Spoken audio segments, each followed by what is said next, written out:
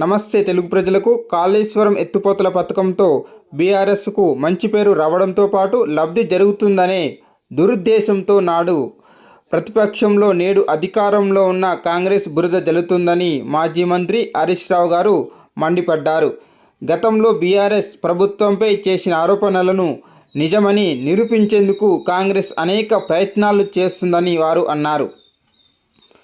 అదేవిధంగా కాళేశ్వరం ప్రాజెక్టు ఒక ఇంజనీరింగ్ అద్భుతమని మరియు తెలంగాణ జీవనాధారమని, ప్రతికూల పరిస్థితులలో తెలంగాణకు కల్పతరువు అని మాజీ మంత్రి హరీష్ రావు గారు అన్నారు. పార్టీ సీనియర్ నాయకులు, జర్నలిస్టులు అందరికీ పేరు పేరున నమస్కారం. ముఖ్యంగా కేటీఆర్ గారు ఈ విషయాలు ప్రజల్లోకి వెళ్ళాలి, తప్పకుండా మన బీఆర్ఎస్ పార్టీ తరఫున మీడియాకు వెళ్తున్నటువంటి మిత్రులకు కానీ శాసనసభ్యులకు కానీ ఈ కాంగ్రెస్ చేస్తున్న దుష్ప్రచారాన్ని చెప్పాల్సినటువంటిది అవసరం చాలా ఉంది అని గత కొద్ది రోజులుగా వారు 2-3 సార్లు నాతో మాట్లాడడం జరిగింది. ఎందుకంటే కాంగ్రెస్ కూర్చోబెట్టండి బాబు, జర్నలిస్టులకు వచ్చిండ్రు, వాళ్ళని కూర్చోబెట్టి మీరు ఇట్లా నువ్వు లేవు బిడ్డ. అయితే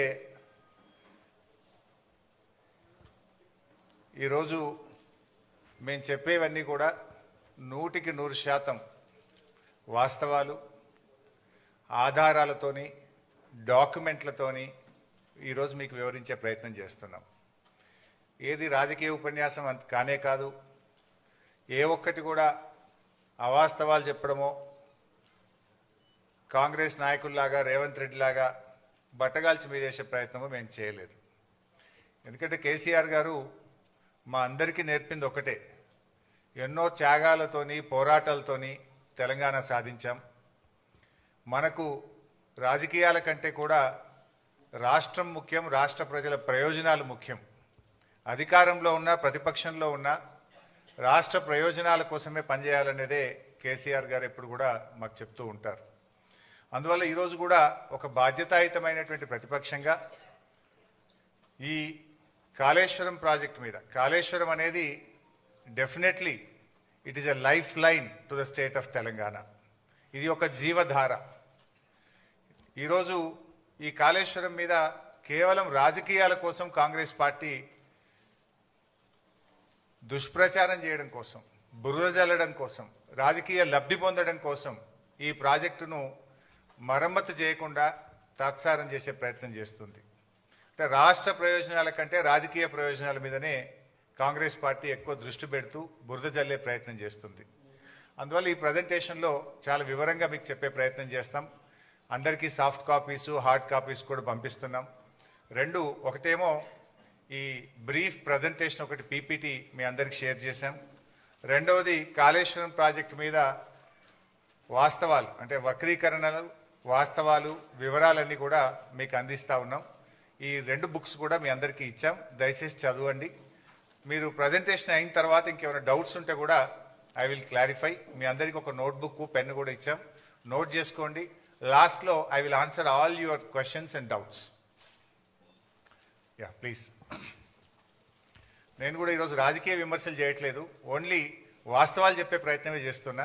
పొలిటికల్గా చాలా వేదికలు ఉన్నాయి, మాట్లాడతాం, కానీ today I will try to explain the brief facts on Kaleshwaram.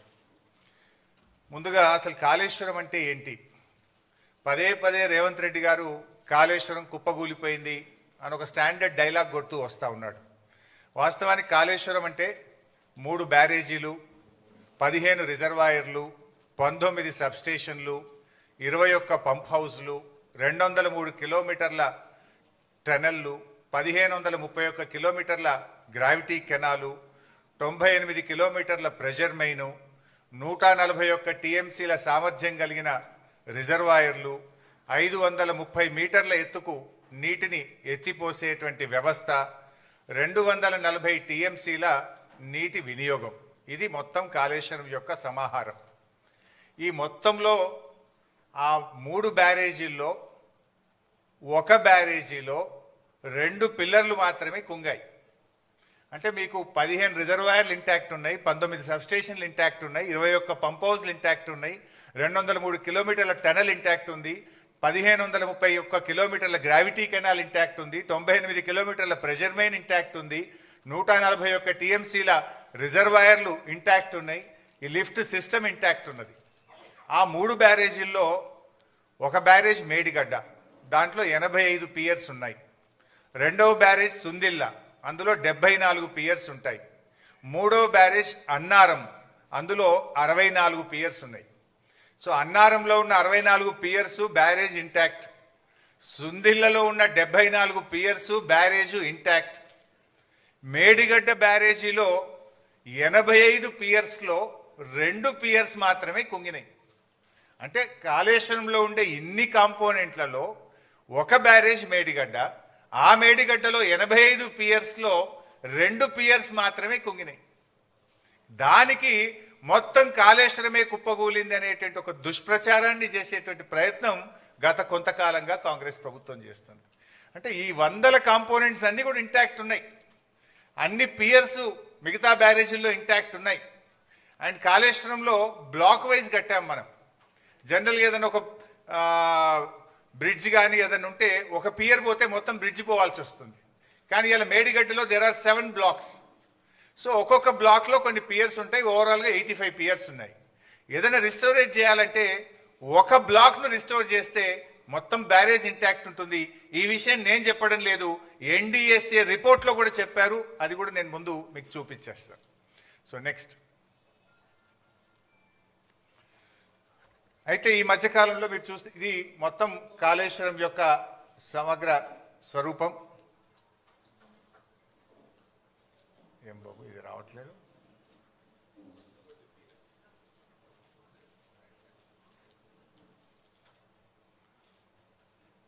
ఇది వస్తుందా బాబు? సో మీరు గమనిస్తే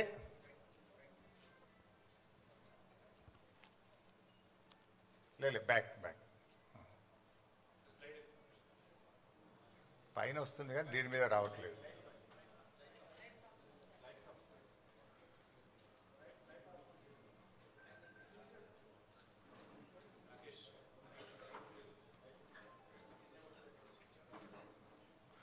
పర్లేదు, నేను ఐ విల్ ఎక్స్ప్లెయిన్ హియర్.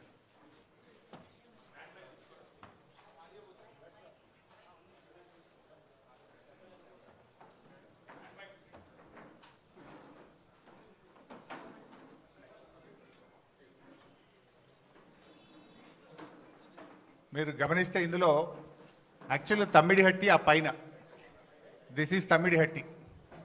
ఈ తమ్మిడిహట్టి దగ్గర నీళ్లు లేకపోతే మనం తమ్మిడిహట్టి ఈ సోర్స్ నుంచి ఇక్కడ ఎల్లంపల్లికి నీళ్లు తెచ్చుకునే ప్రొవిజన్ ఉండేది. తమ్మిడిహట్టి నుంచి ఎల్లంపల్లికి నీళ్లు అవకాశం లేదు కనుక, నీళ్లు తక్కువ ఉన్నాయి కనుక తమ్మిడిహట్టి నుంచి మనము మేడిగడ్డకు రావడం జరిగింది. This is Medigadda, this is Annaram, then this is Sundilla. Sundilla నుంచి మనం ఎల్లంపల్లికి తెచ్చుకుంటాం. మారింది ఓన్లీ ఒకటే సిస్టమ్. తమ్మిడిహట్టి నుంచి ఎల్లంపల్లికి నీళ్ళు వచ్చే బదులు మేడిగడ్డ నుంచి ఎల్లంపల్లికి నీళ్లు తెచ్చాం. మారింది ఒకటే. ఇది మిగతాదంతా కూడా ఆల్రెడీ ఇంటాక్ట్ ఉన్నటువంటి సిస్టమే. ఇది కూడా ఎందుకు మార్చాము అనేది నేను ముందు ఎక్స్ప్లెయిన్ చేస్తాను. అంటే దానికంటే ముందు నేను చెప్పాల్సింది ఏంటంటే, కాళేశ్వరం యొక్క గొప్పతనం ఏంటంటే, కాళేశ్వరంకు దేర్ ఆర్ 3 సోర్సెస్. ప్రతిసారి మేడిగడ్డ నుంచే మనము నీళ్లు తీసుకురావాల్సిన అవసరం లేదు. పైన ఎస్ఆర్ఎస్పిలో బ్రహ్మాండమైనటువంటి వరద వస్తే, ఎస్ఆర్ఎస్పి ప్రాజెక్టుకు నీళ్ళు వస్తే, ఎస్ఆర్ఎస్పి నుంచి మిడ్ మానేరుకు డైరెక్ట్గా నీళ్లు తెచ్చుకుంటాం. మిడ్ మానేరుకు ఎస్ఆర్ఎస్పి నుంచే నీళ్ళు వస్తాయి. ఎస్ఆర్ఎస్పి నుంచి 2 రకాలుగా నీళ్ళు వస్తాయి మిడ్ మానేరుకు. ఒకటి వరద కాలువ ఉంది, రెండోది నార్మల్ ఎస్ఆర్ఎస్పి కెనాల్ ఉంది. సో గోదావరిలో మంచి వర్షాలు పడి ఎస్ఆర్ఎస్పి నిండితే గ్రావిటీ ద్వారా ఎస్ఆర్ఎస్పి నుంచి మనం మిడ్ మానేరుకు నీళ్లు తెచ్చుకోవడం జరుగుతుంది. సో మిడ్ మానేరుకు నీళ్ళు వచ్చినప్పుడు ఏమైందంటే, we will operate Motors only from mid Maner. మన పంపింగ్ స్టేషన్స్ మిడ్ మానేర్ నుంచి వాడి అన్నపూర్ణ రిజర్వాయరు, రంగనాయక్ సాగర్ రిజర్వాయరు, తర్వాత మన మల్లన్న సాగర్, తర్వాత కింద కొండపోచమ్మ సాగర్, ఇవన్నీ కూడా మనం ఆపరేట్ చేస్తాం. ఇది మల్లన్న సాగర్, ఇది రంగనాయక్ సాగర్, ఇది Annapurna, then this is Mid Manair. ఇగో ఎస్ఆర్ఎస్పి నుంచి 2 సిస్టమ్స్ ఉన్నాయి. ఇది వరద కాలువ ద్వారా నీళ్ళు వస్తాయి, 2 ఎస్ఆర్ఎస్పి కెనాల్ ద్వారా కూడా నీళ్ళు వస్తాయి.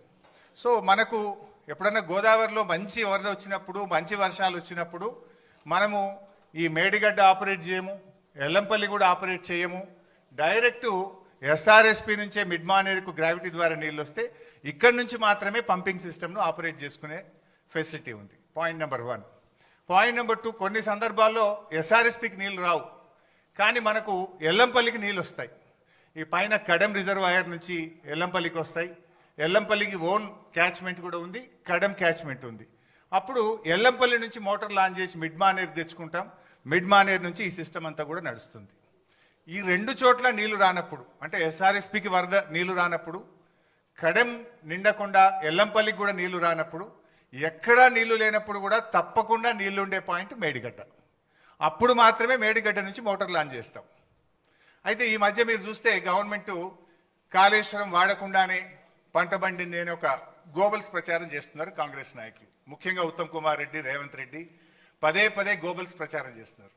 అది కాళేశ్వరం వాడకుండా కాదు, మనకు ఈసారి మంచి వర్షాలు పడ్డాయి.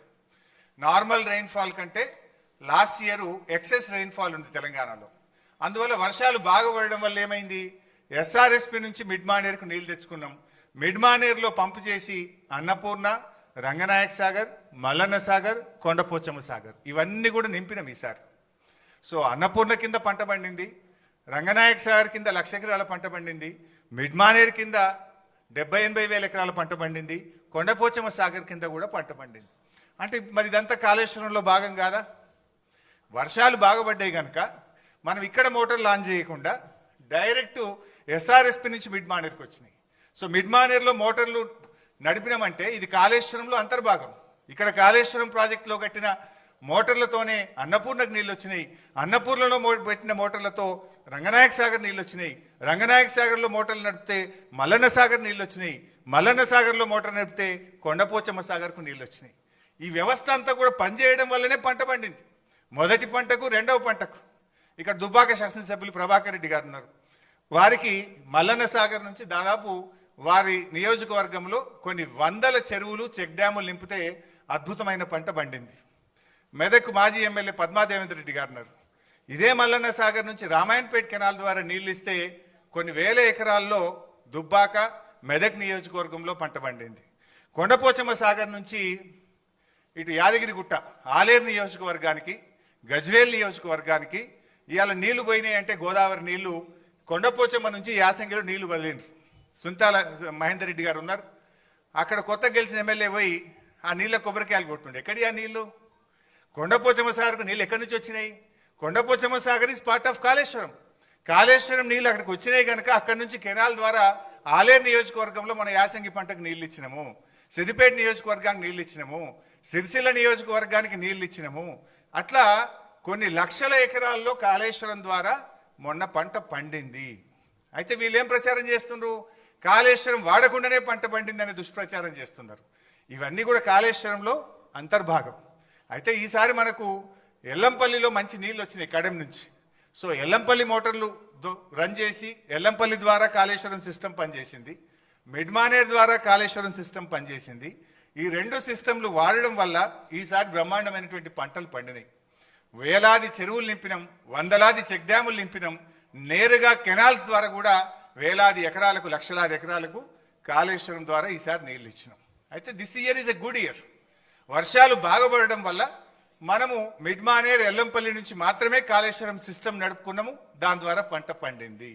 సో ఇప్పటిదాకా జరిగిన ప్రచారం ఏదైతే ఉందో వీళ్ళు రేవంత్ గాని ఉత్తమ్ గారు చేసేది పూర్తిగా కాళేశ్వరం లేకుండా పంట పండింది అనేటువంటిది పూర్తిగా సత్యదూరమైనటువంటిది. So Kaleshwaram has 3 sources. మంచి వర్షాలు పడితే ఎస్ఆర్ఎస్పి మిడ్ మానేర్ నుంచి సిస్టమ్ నడుపుతాం, యావరేజ్ రెయిన్ఫాల్ ఉంటే ఎల్లంపల్లి మిడ్ మానేర్ సిస్టమ్ నడుపుతాం, బ్యాడ్ ఇయర్ అయితే, వర్స్ట్ ఇయర్ అయితే కూడా మనము మేడిగడ్డ నుంచి నీళ్లు తీసుకోవడానికి there are 3 systems. Current bill మీద కూడా కొందరు మాట్లాడుతుంటారు. వర్స్ట్ ఇయర్ మాత్రమే మనము Medigadda to Annaram, Annaram to Sundilla, Sundilla to Yellampalli, Yellampalli to mid Maner మొత్తం సిస్టమ్ నడుపుతాం.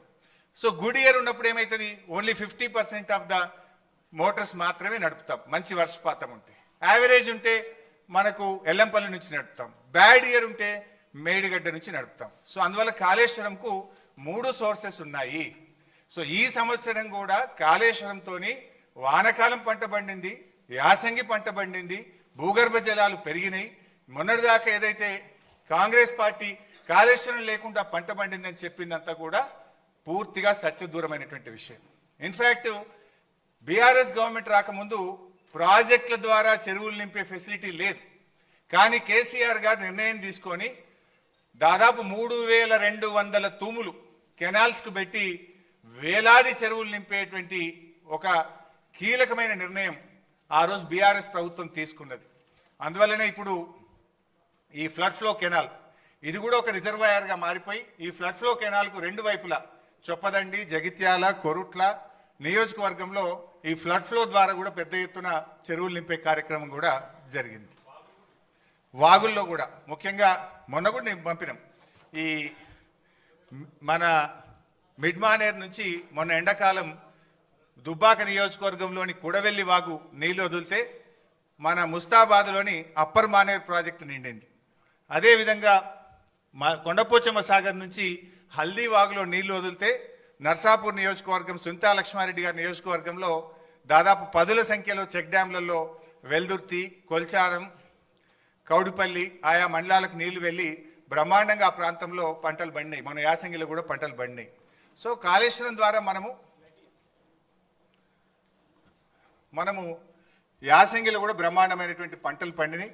సో కాళేశ్వరం వాడకుండా పంట పండిందని కాంగ్రెస్ చేస్తున్న దుష్ప్రచారం పూర్తిగా సత్యదూరమైనటువంటిది. నెక్స్ట్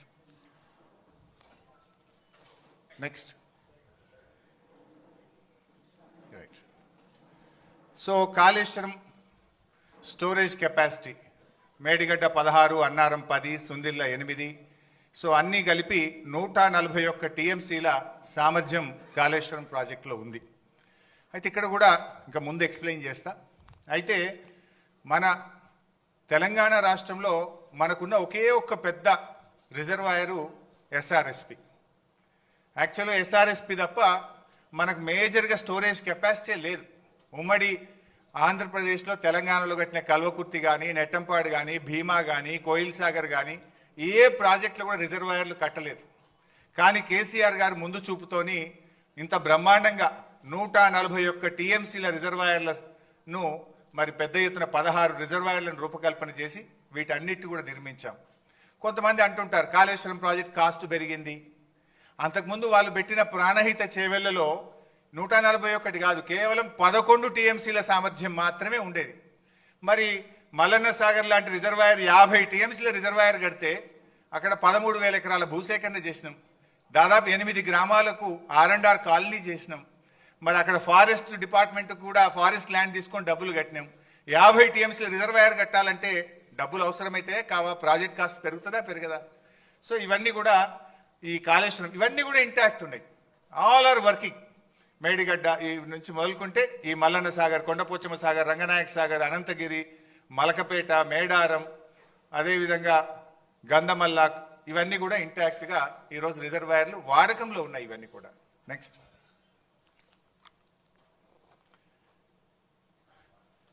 మీరు అప్పుడప్పుడు చూస్తుంటారు. రేవంత్ రెడ్డి ఒకసారి మాట్లాడతాడు కాళేశ్వరం మీద 1 ఎకరా బారలేదంటాడు. ఉత్తమ్ కుమార్ రెడ్డి రోజు నిద్రలేసి 50,000 ఎకరాలే బారిందంటాడు. ఇంకొక కాంగ్రెస్ నాయకుడు అంటాడు 1,00,000 ఎకరాలే బారిందంటాడు. ఇవాళ నోటికి మొక్కాలి. ఒక్కొక్క లీడర్ ఒక్క తీరుగా మాట్లాడతాడు. ఇది నేను చెప్తున్నది కాదు. Source submission of irrigation engineers report to the newly formed Congress government. కొత్తగా రాష్ట్రంలో ఏర్పాటైన కాంగ్రెస్ ప్రభుత్వానికి వీళ్ళు కాళేశ్వరం రివ్యూకు పోతే ఇరిగేషన్ డిపార్ట్మెంట్ ఇచ్చిన ప్రజెంటేషన్ కాపీ, ఇది నా సొంత కవిత్వం కాదు, డిపార్ట్మెంటు కాంగ్రెస్ ప్రభుత్వానికి ఇచ్చిన ప్రజెంటేషన్. కాళేశ్వరం ద్వారా అప్పటికి 98,570 ఎకరాలు ఆయకట్టని, ఇది డైరెక్ట్ కాలువల ద్వారా.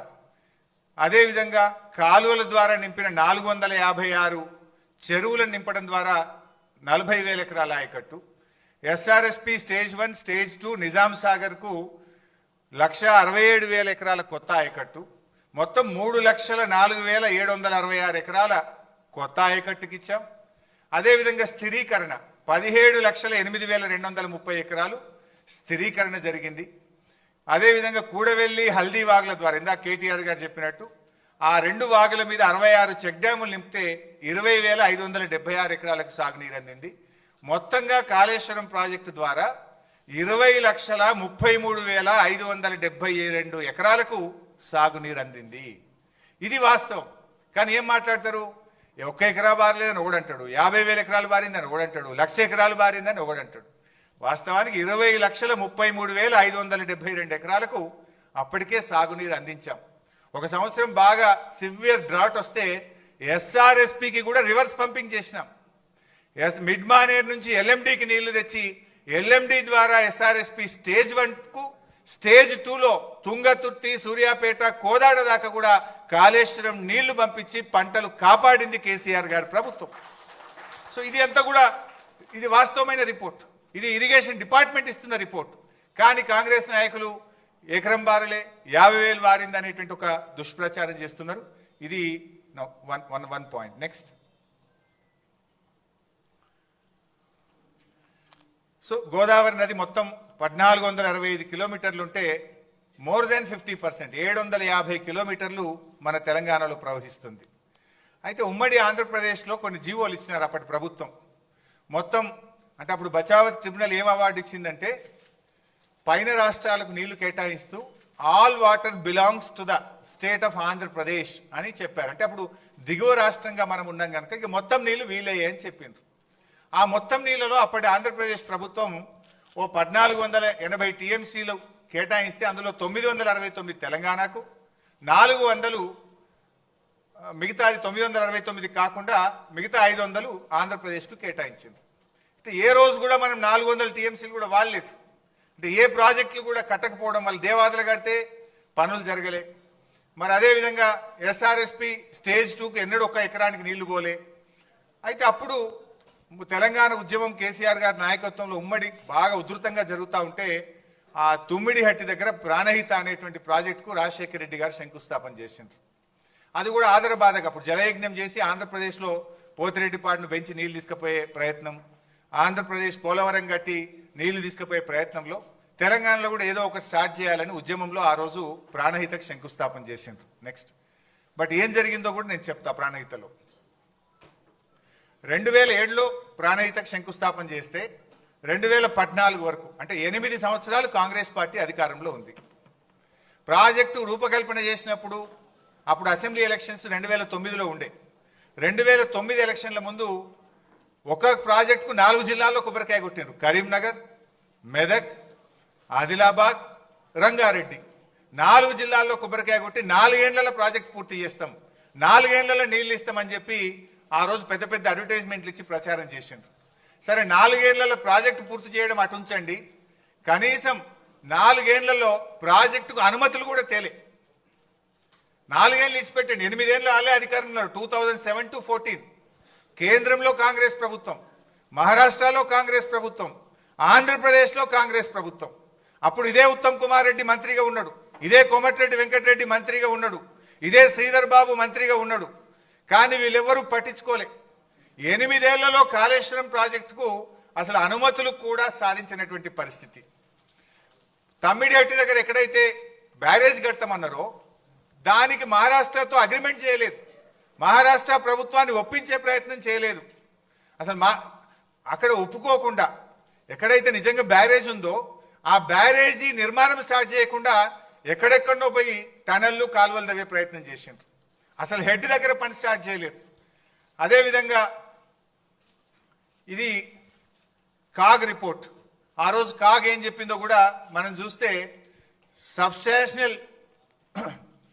substantial funds given as mobilization advance were blocked with the contractors as recovery thereof could not be affected due to poor progress of works.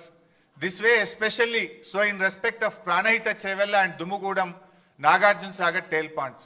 అంటే కాగ్ కూడా ఆ రోజు కాంగ్రెస్ ప్రభుత్వం యొక్క పనిని తప్పుపట్టింది. అందులో కింద ఒక దగ్గర ప్రాణహిత చెవెల్ల 1,052 కోట్లు మొబిలైజేషన్ అడ్వాన్స్ ఇచ్చిండ్రు అని చెప్పి ఆ రోజు కాగ్ తప్పుపట్టింది. వాస్తవానికి ఇది 2012 రిపోర్ట్. కానీ మొత్తంగా 2014 వరకు వాళ్ళు ఇచ్చిన మొబిలైజేషన్ అడ్వాన్స్ ఎంత అంటే 2,328 కోట్లు. సర్వే అండ్ మొబిలైజేషన్ అడ్వాన్స్ పేరు మీద 2009 ఎన్నికల ముందు కాంట్రాక్టర్లకు ఇచ్చిండ్రు, జేబులు నింపుకున్నారు. 2014 ఎన్నికల ముందు కాంట్రాక్టర్లకు ఇచ్చిండ్రు, జేబులు నింపుకున్నారు. పని మాత్రం జరగలేదు. 2328 కోట్లు సర్వే మొబిలైజేషన్ అడ్వాన్స్ పేరు మీద కాంట్రాక్టర్లకు పనులు చేయకుండా అడ్వాన్స్ ఇచ్చి అవినీతికి పాల్పడ్డది ఆనాటి కాంగ్రెస్ ప్రభుత్వం. ఆనాటి కాంగ్రెస్ ప్రభుత్వంలో వీళ్ళే మంత్రులు శ్రీధర్ బాబు, ఉత్తమ్ కుమార్ రెడ్డి, కోమటిరెడ్డి వెంకటరెడ్డి.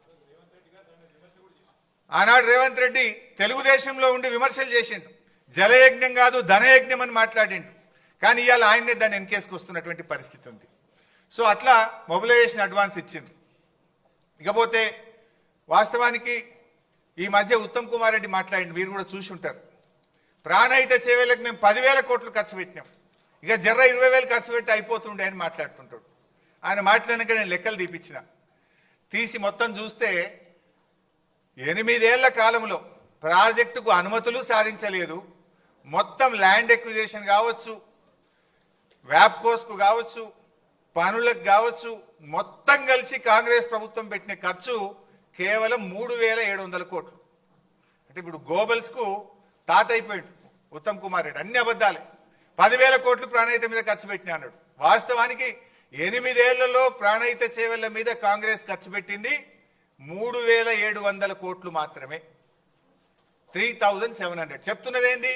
10,000 కోట్లు ఖర్చు పెట్టామని ఉత్తమ్ కుమార్ రెడ్డి గారు చెప్తున్నారు. అంటే అది కూడా ఒక సత్యదూరమైనటువంటి విషయం. నెక్స్ట్, ప్రాజెక్ట్ కాస్ట్ పెరిగిందని మన మీద బద్నాం చేస్తుండ్రు. 2007లో 17,875 కోట్లకు మొదలు జీవో ఇచ్చిండ్రు. మళ్ళీ 2008లో దాన్ని 38,500 కోట్లకు పెంచిండ్రు. అంటే ఏ పనులు చేయకుండానే ప్రాజెక్ట్ కాస్ట్ డబుల్ చేసిండ్రు. 17,000ని 38,000కి చేసిండ్రు. ఆ చూడండి పైన జీవో నంబర్ 114 ఉంది, అది 17,000 కోట్లు. కింద ఇంకొక జీవో 38,500 కోట్ల రూపాయలకు పెంచిండ్రు. ఢిల్లీకి 2012లో పంపిండ్రు అనుమతుల కోసం, అప్పుడు 40,000 కోట్లకు పెంచిండ్రు. అంటే 17,000 నుంచి 40,000 కోట్లకు ప్రాజెక్ట్ కాస్టు కాంగ్రెస్ హయాంలోనే పెరిగింది. ఆ రోజు ఏ పనులు చేయకుండానే 40,000 కోట్లకు పెంచిండ్రు. మరి ఇందాక చెప్పిన పాయింట్ 10,000 ఖర్చు పెట్టినామన్నారు. అన్ని కలిపి వాళ్ళు పెట్టింది 3,780 కోట్లు మాత్రమే. సో ఇట్లా ప్రాజెక్ట్ కాస్టు 17,000 నుంచి 40,000 కోట్లకు కాంగ్రెస్ హయాంలోనే పెరిగింది. బట్ ఆ 40,000 కోట్లది కూడా ఎందుకు పెరిగిందో నేను ముందు ఎక్స్ప్లెయిన్ చేస్తా. నెక్స్ట్, సో బేసికల్లీ ఒక విషయం పదే వస్తుంటుంది బయట. ఏమొస్తుంది? తమ్మిడిహట్టి దగ్గర ప్రాజెక్ట్ కడితే గ్రావిటీ ద్వారా నీళ్ళు వస్తుండే, తమ్మిడిహట్టి దగ్గరనే ప్రాజెక్ట్ కడితే 40,000 కోట్లకే అయిపోతుండే, వీళ్ళు కమిషన్ల కోసం ప్రాజెక్టును మార్చిండ్రు అని ఒక బురద జల్లే ప్రయత్నం బీఆర్ఎస్ మీద చేస్తుండ్రు. అసలు ఎందుకు మార్చినాం? తమ్మిడిహట్టి దగ్గర మనం ప్రయత్నం చేసినామా లేదా? అసలు తమ్మిడిహట్టి నుంచి మేడిగడ్డకు మార్చాల్సిన అవసరం ఏంటి? ఇది నేను ఫ్యాక్ట్స్తో, ఆధారాలతో సహా ఒక్కసారి మీకు వివరించే ప్రయత్నం చేస్తాను. అసలు ఎందుకు మారాల్సి వచ్చింది? ముందే మనం డైరెక్ట్గా మార్చినామా? ఎప్పుడు అసలు మార్చే నిర్ణయం తీసుకున్నాం? ఏ పరిస్థితుల్లో నిర్ణయం తీసుకున్నాం? ఆ నిర్ణయం తీసుకున్నది ఎవరు? ఆ నిర్ణయం ఎందువల్ల తీసుకోవాల్సి వచ్చిందో I will try to explain. First of all, మన గవర్నమెంట్ 2 జూన్ 2014 ఏర్పడ్డది. మీరు చూస్తే 23 జూలై 2014, అంటే గవర్నమెంట్ ఏర్పడ్డ నెల 15 రోజుల్లోనే, that is our commitment. KCR గారు నన్ను నువ్వు మహారాష్ట్రకు వెళ్ళు, తమిడిహట్టి దగ్గర బ్యారేజ్ కట్టుకుందాం, వాళ్ళు ఎన్ని డబ్బులు అడిగితే అన్ని ఇద్దాం, నువ్వు పోయి వాళ్ళని ఒప్పించండి అని చెప్పి కేసీఆర్ గారు ఆ రోజు నీటిపారుదల శాఖ మంత్రిగా ఉన్న నన్ను, మన సలహాదారుడిగా ఉన్న ఆర్ విద్యాసాగర్ రావు గారిని ఇంజనీర్ల బృందం తీసుకొని వెళ్ళండి అని ఆదేశించారు.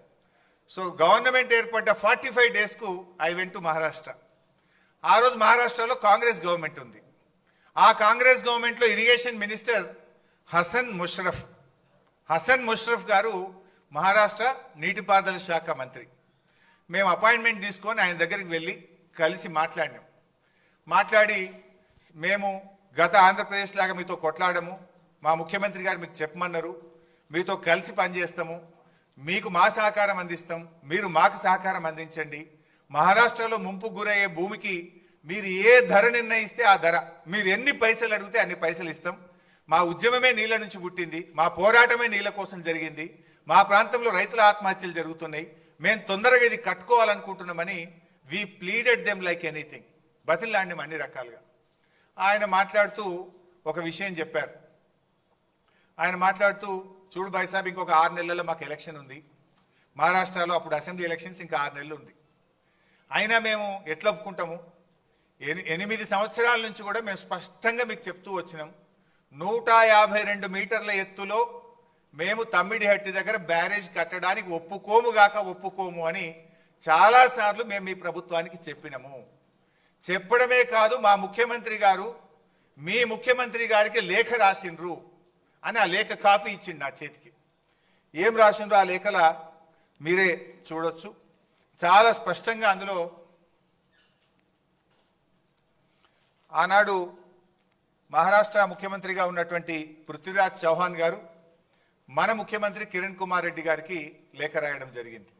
ఆ లేఖలో ఆయన చాలా స్పష్టంగా ఏం చెప్పిండంటే, it is also requested that Andhra Pradesh government should not proceed with unilaterally decided layouts and control levels. It may lead to unfruitful expenditure.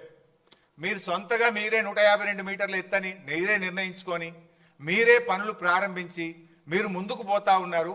మీరు అట్లా చేస్తే మీరు పెట్టే ఖర్చంతా కూడా వృధా అవుతుంది, జాగ్రత్త అని చెప్పి మా ముఖ్యమంత్రి గారు మీ ఆనాటి ముఖ్యమంత్రికి లేఖ రాసింది. ఈ లెటర్ చదువుకోండి అని నా చేతిలో పెట్టిండు.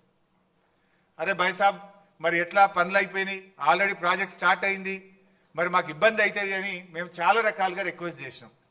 రిక్వెస్ట్ చేస్తే ఆయన ఒక మాట అన్నాడు ఆ రోజు, ఇక 6 నెలలు అయితే ఎలక్షన్ ఉంది భాయ్ సాబ్, 7 ఏళ్ళు ఒప్పుకునే వాళ్ళం ఇప్పుడు ఒప్పుకుంటాం ఎలక్షన్లు కూడా. మా దగ్గర ఆల్రెడీ పెద్ద ఉద్యమాలు అవుతున్నాయి మహారాష్ట్రలో, మహారాష్ట్ర మునిగిపోయి తెలంగాణకు నీళ్ళు ఇస్తారని చెప్పి ఉద్యమాలు అవుతున్నాయి, మేము ఇప్పుడు ఒప్పుకునే పరిస్థితి లేదు, ఏదైనా ఉంటే ఎలక్షన్ అయినాక రాండి, మేము మళ్ళీ గెలిస్తే అప్పుడు మాట్లాడుకుందాం, కానీ ఇప్పుడు ఇక మాట్లాడేది లేదు పోనని ఇలా కొట్టాడు. సరే అట్లెందుకు భాయ్ సాబ్, ఇంజనీర్లు అయితే మాట్లాడతారు, ప్రయత్నం చేయండి అంటే ఓకే, డిపార్ట్మెంట్స్ మాట్లాడుకోండి, కానీ ఫైనల్ డెసిషన్ మాత్రం ఆఫ్టర్ ఎలక్షన్స్ అన్నాడు.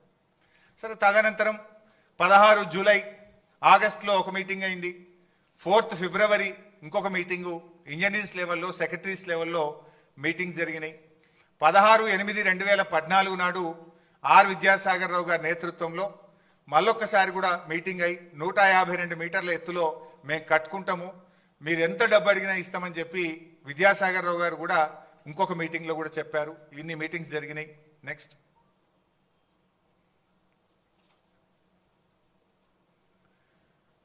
సో ఇట్లా చాలాసార్లు అడిగినాం.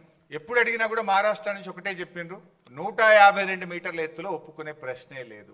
అవన్నీ మినిట్స్ ఆఫ్ ద మీటింగ్స్ కూడా ఉంటాయి, ప్రతి మీటింగ్ మినిట్స్ కూడా ఉంటాయి. తర్వాత మహారాష్ట్రలో ఎలక్షన్స్ అయింది. దెన్ బీజేపీ గవర్నమెంట్ అధికారంలోకి వచ్చింది, కాంగ్రెస్ ఓడిపోయింది, బీజేపీ గెలిచింది. కొత్త గవర్నమెంట్ రాగానే మళ్ళీ పోయినాం అపాయింట్మెంట్ తీసుకుంటే, అప్పుడు గిరీష్ మహాజన్ గారని ఆంధ్రప్రదేశ్లో మహారాష్ట్రలో బీజేపీ గవర్నమెంట్లో గిరీష్ మహాజన్ గారు నీటిపారుదల శాఖ మంత్రి అయింది. దెన్ ఆయన దగ్గరికి అపాయింట్మెంట్ తీసుకొని 23 డిసెంబర్ 2014 ఆ రోజు మళ్ళీ వెళ్ళి ఆయనను కూడా కలిసాం. కలిసి గిరీష్ మహాజన్ గారిని రిక్వెస్ట్ చేసినాం. చేస్తే ఆయన అన్నాడు, చూడు భాయ్ సాబ్, ఇది పాలసీ డెసిషను, మంత్రులుగా మనం మాట్లాడుకునేది కాదు. ఆల్రెడీ మా బీజేపీ పెద్ద ఎత్తున ఈ ప్రాజెక్టు వ్యతిరేకంగా మేము పోరాటాలు చేసినాం, ఉద్యమాలు చేసినాం, అరెస్టులు అయినాం, ఇది మన లెవెల్లో అయ్యేది కాదు, బెటర్ ఒకసారి ముఖ్యమంత్రుల లెవెల్లో మాట్లాడితే ఏదైనా పరిష్కారం జరుగుతుందని ఆయన సూచన ఇచ్చింది. దెన్ నేను వచ్చి మన ముఖ్యమంత్రి కేసీఆర్ గారికి విషయం అంతా బ్రీఫ్ చేసినాం. నెక్స్ట్ బ్రీఫ్ చేస్తే కేసీఆర్ గారు స్వయంగా ఆ రోజు మహారాష్ట్రకు వచ్చింది. ఆ డేట్ చూస్తే మీకు గుర్తొస్తుంది, 17 ఫిబ్రవరి 2015. ఆ రోజు కేసీఆర్ గారు బర్త్డే. తన బర్త్డే కూడా పట్టించుకోకుండా, ముఖ్యమంత్రి అయిన తర్వాత జరిగిన ఫస్ట్ బర్త్డే, తన బర్త్డేను కూడా పట్టించుకోకుండా నిజమైన జన్మదినం మహారాష్ట్రను ఒప్పిస్తే నా నిజమైన జన్మదినం అనుకొని బర్త్డే రోజు మహారాష్ట్రకు వచ్చిండు. మహారాష్ట్రకు వచ్చి ఆ రోజు అక్కడ ముఖ్యమంత్రి గారు అదే రోజు అపాయింట్మెంట్ ఇచ్చిండు. ఆయన అపాయింట్మెంట్ ఇచ్చినాడే నా బర్త్డే తర్వాత, కానీ ముందు ఆయన అపాయింట్మెంట్ ఇచ్చిండు, పోదాం పని మమ్మల్ని అందరిని తీసుకొని అటుపోయింది. లక్కీలీ తెలంగాణ బిడ్డ ఆర్ విద్యాసాగర్ రావు గారు, సిహెచ్ విద్యాసాగర్ రావు గారు మహారాష్ట్ర గవర్నర్గా ఉన్నారు. ఆయన ఆశీస్సులు కూడా ఉంటాయి, తెలంగాణ బిడ్డనే ఉన్నాడు కదా అని ఆయనను కూడా బతిలాడి సిహెచ్ విద్యాసాగర్ రావు గారి సమక్షంలోనే కేసీఆర్ గారు మరి మహారాష్ట్ర ముఖ్యమంత్రి ఫడ్నవీస్ గారిని కలిసి రిక్వెస్ట్ చేసినాం. చాలా రిక్వెస్ట్ చేసిన కేసీఆర్ గారు, మన తెలంగాణ ఉద్యమ చరిత్ర, మన పోరాటము, తెలంగాణకు ఉమ్మడి ఆంధ్రప్రదేశ్లో జరిగిన అన్యాయము, రైతుల ఆత్మహత్యలు, కరువు, బాధలన్నీ కూడా వివరించి ఈ ప్లీడెడ్ లైక్ ఎనీథింగ్. ఆల్మోస్ట్ 45 నిమిషాలు కేసీఆర్ గారు తన ప్రసంగంలో మహారాష్ట్ర ప్రభుత్వాన్ని, మహారాష్ట్ర ముఖ్యమంత్రి గారిని పలు విధాలుగా కోరడం జరిగింది. అన్నీ విన్న తర్వాత ఫడ్నవీస్ గారు మాట్లాడుతూ, చూడు బైసాబ్, నేను ఈ ప్రాజెక్టుకు వ్యతిరేకంగా పోరాటం చేసిన. మహారాష్ట్రలో నేను విదర్భ ప్రాంత నాయకుడిని, విదర్భ ప్రాంతం నుంచే ఎమ్మెల్యేగా ఉన్నాను. ఈ ప్రాజెక్టుకు వ్యతిరేకంగా నేను ఉద్యమాలు చేసిన, పాదయాత్రలు చేసిన, నేను అరెస్ట్ అయినటువంటి వ్యక్తిని. పోరాటం చేసిందే నేను. 8 ఏళ్ళు కాంగ్రెస్ వాళ్ళు ఒప్పుకోండి, ఇప్పుడు నేను ఎట్లా ఒప్పుకోగలుగుతా? ఇది సాధ్యమయ్యే పని కాదు. 152 మీటర్ల ఎత్తున నేను ఒప్పుకోనని ఖరాఖండిగా ఆ మీటింగ్లో ఫడ్నవీస్ గారు మనకు స్పష్టంగా చెప్పారు. అప్పుడు ఏం చేయాలి ఒక బాధ్యతాయుత ముఖ్యమంత్రి? మహారాష్ట్రలో కాంగ్రెసు, ఏపీలో కాంగ్రెసు, ఢిల్లీలో కాంగ్రెస్, 3 చోట్ల కాంగ్రెస్ గవర్నమెంట్ ఉండి 8 ఏళ్లలో వాళ్ళు ఒప్పించలేకపోయింది. మనము కాంగ్రెస్ ప్రభుత్వం 6 నెలలు ఉంటే వాళ్ళని బతిలాడినాం, కొత్తగా వచ్చిన బీజేపీ ప్రభుత్వాన్ని బతిలాడినాం. ఇద్దరిని రిక్వెస్ట్ చేసినాం, మాకు అవకాశం ఇవ్వండి, మీరు ఎంత డబ్బు అడిగినా ఇస్తాము అని. వాళ్ళు సమస్య లేదు. ఫడ్నవీస్ గారు ఒక మాట అన్నారు, ఇప్పుడు నిన్నటిదాకా కాంగ్రెస్ గవర్నమెంటే ఉండే, వాళ్ళు ఒప్పుకోలేదు, పోరాటం చేసింది నేను. ఇప్పుడు నేను ముఖ్యమంత్రి కాగానే పర్మిషన్ ఇస్తే రాజకీయంగా నాకు ఈ రాష్ట్రంలో ఎంత దుమారం చెలరేగుతుందో ఒక్కసారి ఆలోచించండి. నా జాగలుండి మీరు ఆలోచించండి. ధర్నాలు చేసింది నేను, పాదయాత్రలు చేసింది నేను, అరెస్ట్ అయింది నేను. 8 ఏళ్ళు కాంగ్రెస్ వాడు అనుమతి ఇవ్వలే కానీ బీజేపీ వాడు రాగానే ఇచ్చిందంటే మహారాష్ట్రలో నా పరిస్థితి ఏందో మీరు ఆలోచించండి బైసాబ్, ఇది అయ్యే పని కాదు అని చెప్పారు. వాస్తవానికి విద్యాసాగర్ రావు గారు కూడా చాలా రిక్వెస్ట్ చేశారు, మా తెలంగాణ కరువు ప్రాంతం కొద్దిగా ఆలోచించండి అని. ఒక గవర్నర్గా అక్కడ ముఖ్యమంత్రి గారిని కూడా పాపం ఆయన కూడా కొంత ప్రయత్నం చేశారు ఆ మీటింగ్లో. Because I was present in that meeting.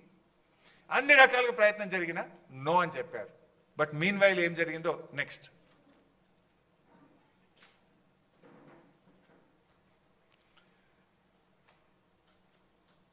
So ఈ స్లైడ్ మార్చి నేను నెక్స్ట్ చెప్తా ఇంకోటి. రైట్, ఇది మీన్ వైల్ ఏమైంది? 17 ఫిబ్రవరి మీటింగ్ అయింది కేసీఆర్ గారిది. ఈ లెటర్ చూడండి, దిస్ ఈజ్ 18 ఫిబ్రవరి 2015. మీరు ఆ డేట్ చూడండి. Letter from central water commission 18 ఫిబ్రవరి 2015. 17 మన ఢిల్లీలో మీటింగ్ అయింది, మనం హైదరాబాద్ వచ్చేసినాం. సరే 18th డేట్ సిడబ్ల్యూసీలో వేసిండ్రు. ఆ లెటర్ మనకు ముట్టే వరకు వారం లేట్ అవుతుంది. జనరల్గా సెంట్రల్ వాటర్ కమిషన్ ఢిల్లీ వాళ్ళు పోస్టులు వేస్తే మన రాష్ట్రానికి అందే వరకు వారం అవుతుంది. మనం వచ్చి ఏం చేద్దాం ఎట్లా అని మనం ఆలోచించుకుంటున్నాం.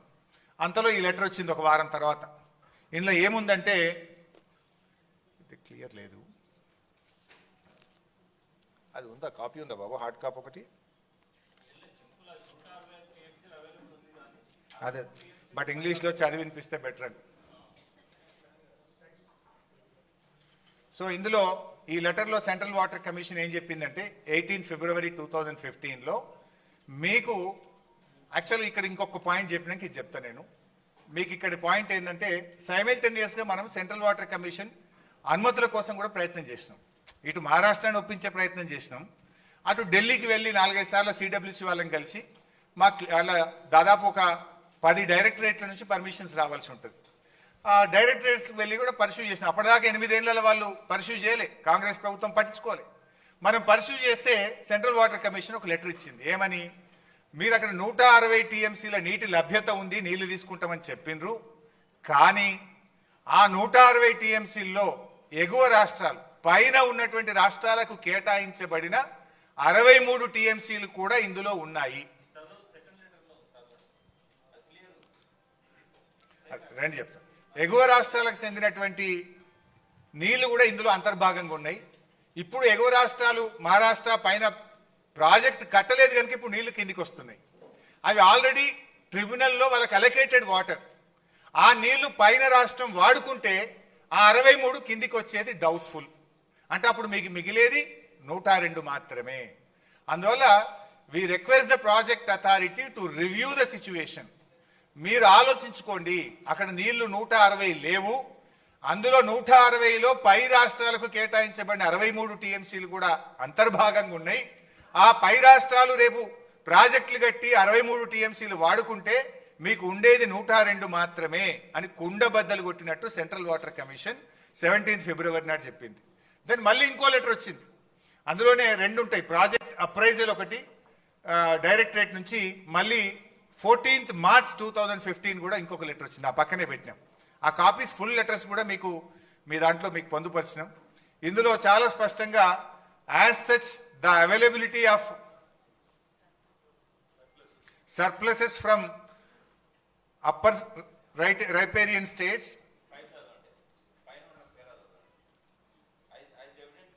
as evident from detailed water availability studies carried out the project authority and the office in last few years, the net water available at the barrage location is about 165 TMC at 75% dependability, which includes pursued surpluses from the share of upper states, assuming the utilization of upper states limited to 75% availability of 63 TMC. It seems from the master plans of upper states, అది విషయం. అందులో దాంట్లో క్లియర్గా ఏం చెప్తున్నట్టే 63 టీఎంసీలు పై రాష్ట్రాలే ఉన్నాయి, అవి రావు అనేటువంటి విషయాన్ని 2 లెటర్లలో సెంట్రల్ వాటర్ కమిషన్ చెప్పింది. దెన్ ఇంతకుముందు ఏకువో బాబు, ఒకటేమో నీళ్లు లేవని సిడబ్ల్యూసి చెప్పింది. రెండవ పాయింట్ ఏంది, మహారాష్ట్ర మేము 152 మీటర్లకు కట్టే సమస్య ఒప్పుకోము, 148కు ఇవ్వమంటుంది. 152 కడితేనే మనం ఆ 102 టీఎంసీలు తీసుకోగలుగుతాం. 148కు తగ్గిస్తే మనం తీసుకోగలిగేది కేవలం 63 టీఎంసీలు మాత్రమే, 63 మాత్రమే తీసుకోగలుగుతాం. 63 పోతే 44 మాత్రమే తీసుకోగలుగుతాం. సో అప్పుడు ఏం చేయాలి మరి? ఒకటి, నీళ్లు లేవు, పోనీ ఉన్న నీళ్ళనే తీసుకుందామంటే వాడు 152 ఒప్పుకుంటలేడు, 148 కట్టమంటుండు. 148లో కడితే divertible water is only 44 TMC. అప్పుడు ఏం చేయాలి బాధ్యత కలిగిన ప్రభుత్వం? అందులో ఇంకో ప్రాబ్లం వచ్చింది. మనం స్టడీ చేస్తుంటే ఫారెస్ట్ డిపార్ట్మెంట్ వాళ్ళు తమ్మిడిహట్టి దగ్గర చాప్రాల్ వైల్డ్ లైఫ్ ఉంది, అక్కడ ఆ వైల్డ్ లైఫ్ పర్మిషన్ రావాలంటే మన దేశంలో పరిస్థితి ఏంటంటే సుప్రీంకోర్ట్ ఆఫ్ ఇండియా పర్మిషన్ ఇవ్వాలి, మినిమం 10 ఏళ్ళు పడుతుంది. అక్కడ మనం ఒక ప్రాజెక్ట్ కట్టాలంటే వైల్డ్ లైఫ్ క్లియరెన్స్ తేవాలంటే మినిస్ట్రీ ఆఫ్ ఎన్విరాన్మెంట్ ఫారెస్ట్ నుంచి సుప్రీంకోర్టుకు పోయి తేవాలంటే 10 ఏళ్లలోపు భారతదేశంలో వైల్డ్ లైఫ్ క్లియరెన్స్ ఎక్కడ కాలేదు. ఒకటి, నీళ్లు లేవు. 2, 148కి మించి ఒప్పుకోమంటున్నారు. 3, వైల్డ్ లైఫ్లో ఇరికింది. ఈ 3 కారణాలు ఉన్నప్పుడు ఏం చేయాలి? నీళ్ళే లేవు, నీళ్లు లేని చోట ప్రాజెక్ట్ కట్టాలన్నా? కాంగ్రెస్ పార్టీ తప్పు చేసింది. నీళ్లు లేని చోట, వైల్డ్ లైఫ్ సమస్యలో ఉన్న చోట, అంతర్రాష్ట్ర ఇబ్బందులు ఉన్న చోట ప్రాణహిత చేవలను ఇరికిచ్చి తెలంగాణకు అన్యాయం చేసింది నాటి కాంగ్రెస్ ప్రభుత్వం. మరి పోరాటం చేసి చావు నోట్లో తలబెట్టి నీళ్ల కోసం తెలంగాణ తెచ్చిన కేసీఆర్ గారు బాధ్యత కలిగిన ముఖ్యమంత్రిగా, పోరాట యోధుడిగా ఏం చేయాలి కేసీఆర్ గారు? నీళ్లున్న చోటకు ప్రాజెక్టు మార్చాలనా వద్దా? కాంగ్రెస్ చేసిన తప్పిదానాన్ని సరిచేయడం కోసం భవిష్యత్ తెలంగాణ అవసరాలను దృష్టిలో పెట్టుకొని మనము ప్రాజెక్ట్ సైట్ మార్చాల్సిన తప్పనిసరి పరిస్థితి ఏర్పడ్డది. నెక్స్ట్ చెప్తా. నంబర్ 3, థర్డ్ పాయింట్, ఇంకో లెటర్ కూడా వచ్చింది సిడబ్ల్యూసి నుంచి. అంటే ఎందుకు రీఇంజనీరింగ్ చేసినాము అంటే అనదర్ పాయింట్, థర్డ్ పాయింట్లో ఏం చేసిందంటే సిడబ్ల్యూసి మనకు ఇంకొక లెటర్ రాసింది. ఏం రాసింది అంటే, మీరు 160 టీఎంసీలతోని 16 లక్షల ఎకరాలు అప్పుడు ఆ రోజు ప్రతిపాదించింది. 16 లక్షల ఎకరాలకు నీళ్లు ఇవ్వాలంటే మీరు పెట్టిన రిజర్వాయర్లు సరిపోవు, బ్యారేజీలు సరిపోవు, సిస్టమ్ నడపలేరు. మినిమం స్టోరేజ్ ఉండాలంటే మీరు కొత్త రిజర్వాయర్లు నిర్మించండి, అవసరమైతే ఉన్న చెరువుల సామర్థ్యం పెంచండి, ఆర్టిఫిషియల్ రిజర్వాయర్స్ కట్టైనా సరే మీరు నీటి సామర్థ్యం, నిల్వ సామర్థ్యాన్ని పెంచండి అని చెప్పి సెంట్రల్ వాటర్ కమిషన్ మరొక లెటర్ కూడా మనకు రాయడం జరిగింది. నెక్స్ట్, అప్పుడు మన గవర్నమెంట్ ఏం చేద్దాము అని చెప్పి మేడిగడ్డ మనమే నిర్ణయించినాం, కేసీఆర్ గారు నిర్ణయించిండ్రు అని కూడా మన మీద బురద చల్లుతూ ఉంటారు. సో అసలు ఎందుకు మార్చాల్సి వచ్చిందో ఇప్పుడు మీకు అర్థమైంది. పాయింట్ నెంబర్ 1 నీళ్లు లేవు, పాయింట్ నెంబర్ 2 మహారాష్ట్ర ఒప్పుకుంటలేదు, పాయింట్ నెంబర్ 3 అక్కడ వైల్డ్ లైఫ్ ఉంది, పాయింట్ నెంబర్ 4 మీరు పెట్టిన రిజర్వాయర్ల సామర్థ్యం సరిపోదు కనుక మీరు ఆ రిజర్వాయర్లను సామర్థ్యం పెంచుకోండి. ఈ 4 కారణాలు చెప్పారు. ఇది మీరు చెప్పలే, నేను చెప్పలే, మన రాష్ట్ర ఇంజనీర్లు చెప్పలే, కేంద్ర జలవనరుల సంఘం చెప్పింది. అప్పుడు మనం ఏం చేద్దాము అని కేంద్ర ప్రభుత్వ సంస్థ ఇది వ్యాప్కోస్ అనేటువంటిది సెంట్రల్ వాటర్ కమిషన్ యొక్క సబ్సిడరీ ఆర్గనైజేషన్. అది కేంద్ర ప్రభుత్వ సంస్థ వ్యాప్కోస్. ఈ దేశంలో అత్యున్నతమైనటువంటి సర్వే ఏజెన్సీ ఏదైనా ఉంది అంటే అది వ్యాప్కోస్. ఆ వ్యాప్కోస్ కూడా ఎందుకు ఇచ్చినాము అంటే ఆనాడు ప్రాణహిత చేవెళ్ల ప్రాజెక్టు కూడా వ్యాప్కోస్కే అప్పటి కాంగ్రెస్ ప్రభుత్వం ఇచ్చింది. సో ఆల్రెడీ దీని మీద అవగాహన ఉంది. వాళ్ళైతే క్లారిటీ ఇస్తారని చెప్పి వ్యాప్కోస్కు ఆ రోజు కేసీఆర్ గారు పిలిచి మరి మాకు ఇట్లా నీళ్లు లేవు అని చెప్పి సిడబ్ల్యూసీ లెటర్ రాసింది. మరి ఎక్కడ కట్టుకుంటే నీళ్లు వస్తాయి, ఏం చేస్తే బాగుంటుంది, మాకు ప్రత్యామ్నాయం సూచించండి అని చెప్పి మనము జీవో నంబర్ 40 ద్వారా వ్యాప్కోస్ను ఆథరైజ్ చేస్తూ ప్రత్యామ్నాయ స్థలం చూపించమని అడిగాం. అది జీవో. ఇది మన ఇది నెక్స్ట్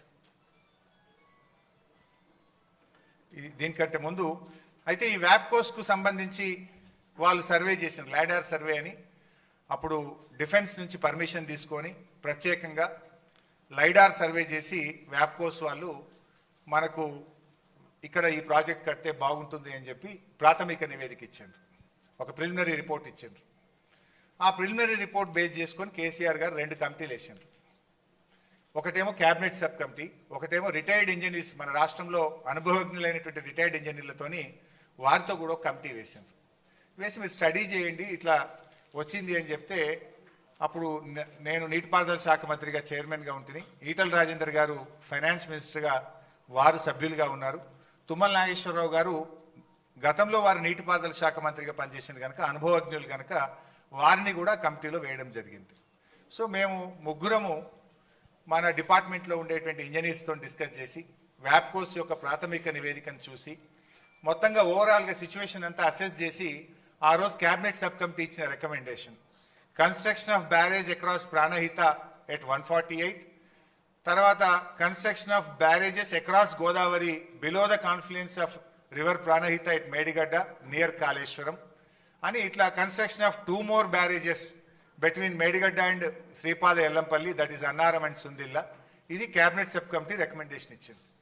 అంటే ఈ క్యాబినెట్ సబ్ కమిటీకి దేని మీద ఆధారంగా రికమెండేషన్ ఇచ్చింది?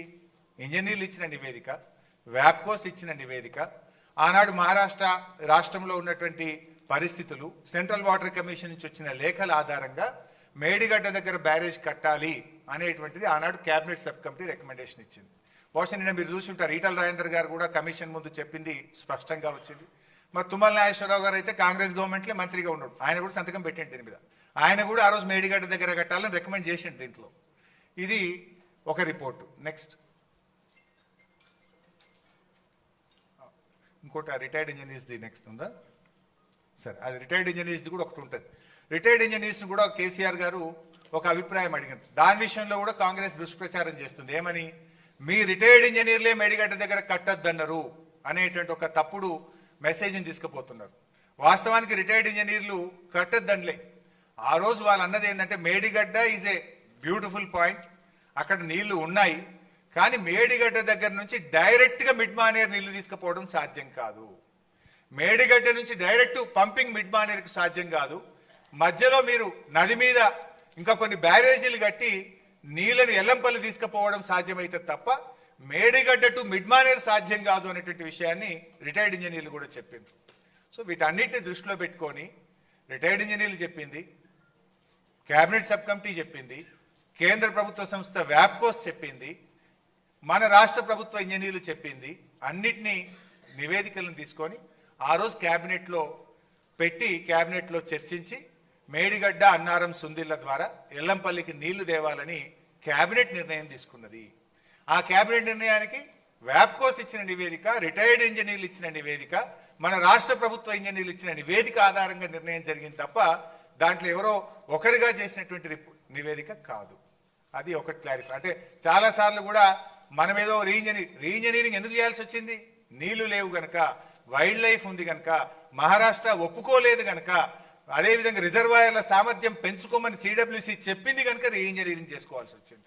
ఆ రీఇంజనీరింగ్లో మేడిగడ్డ దగ్గరికి ఎందుకు పోయినాం అంటే వ్యాప్కోస్ అనే కేంద్ర ప్రభుత్వ సంస్థ ఇచ్చిన రిపోర్ట్ కానీ, క్యాబినెట్ సబ్ కమిటీ ఇచ్చిన రిపోర్ట్ కానీ, రిటైర్డ్ ఇంజనీర్లు ఇచ్చిన రిపోర్ట్ కానీ, ఇవన్నీ కూడా మేడిగడ్డ దగ్గర కట్టి నీళ్లు తీసుకోవాలని చెప్పి సూచిస్తే క్యాబినెట్ లో పెట్టి చర్చించి క్యాబినెట్ ఆమోదంతో రీఇంజనీరింగ్ జరిగింది, మేడిగడ్డ పాయింట్ నిర్ణయం జరిగింది. తర్వాత ప్రాజెక్ట్ కాస్ట్ ఎందుకు పెరిగింది అనేది ఒక డిస్కషన్ వస్తుంది. దీంట్లో వాస్తవానికి ప్రాణహితలో ఏముండే, రీఇంజనీరింగ్ తర్వాత కాళేశ్వరం ఏమైంది, సింపుల్గా అర్థం చేసుకోవడానికి చాలా పాయింట్స్ ఉన్నాయి కానీ బ్రీఫ్గా పెట్టినాం. ఆ రోజు జలాశయాల సామర్థ్యం 16 టీఎంసీలు. ఈ 16లో 11 టీఎంసీలు బ్యారేజీ, తమ్మిడిహట్టి బ్యారేజీ. అది 152 మీటర్ల ఎత్తున కడితే 11 వస్తుంది. ఆ 11 తప్పితే ఎంత ఉన్నట్టు? 5. కానీ ఇక్కడికి వస్తే 141 టీఎంసీల సామర్థ్యం. ఎక్కడ 16, ఎక్కడ 141, ఆల్మోస్ట్ 10 టైమ్స్ మోర్. 10 అంతల రిజర్వాయర్ల సామర్థ్యం పెరగాలంటే ప్రాజెక్ట్ కాస్ట్ పెరుగుతుందా పెరగదా? అంటే 1,00,000 ఎకరాలకు పైగా ల్యాండ్ ఎక్విజిషన్ చేసినాం మనం. ఆనాడు ప్రాణహిత చేవెళ్లలో ల్యాండ్ ఎక్విజిషన్కి ఎకరానికి 2 లక్షలు పెట్టిండ్రు. కానీ కాళేశ్వరంలో మనము ఎకరానికి 9 నుంచి 16, 18 లక్షల రూపాయలు కూడా ఇచ్చినాం. సో అది రిజర్వాయర్ల సామర్థ్యం. నీటి వినియోగం అక్కడ 160 టీఎంసీలు అయితే ఇక్కడ 240 టీఎంసీలు.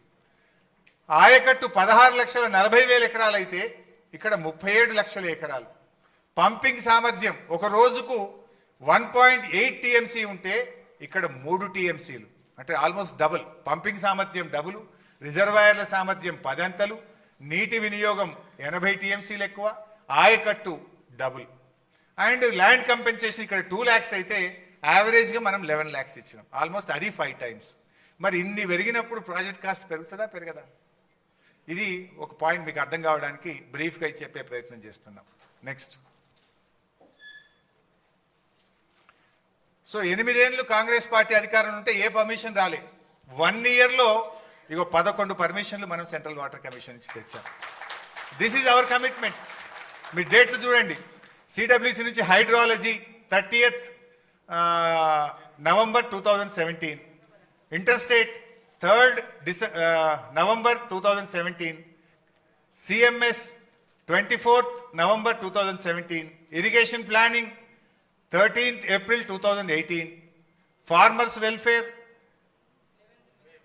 11th May 2018, cost appraisal 1st May 2018, CSMRS 21st May 2018, ministry of environment and forest 4 పర్మిషన్లు వచ్చినాయి.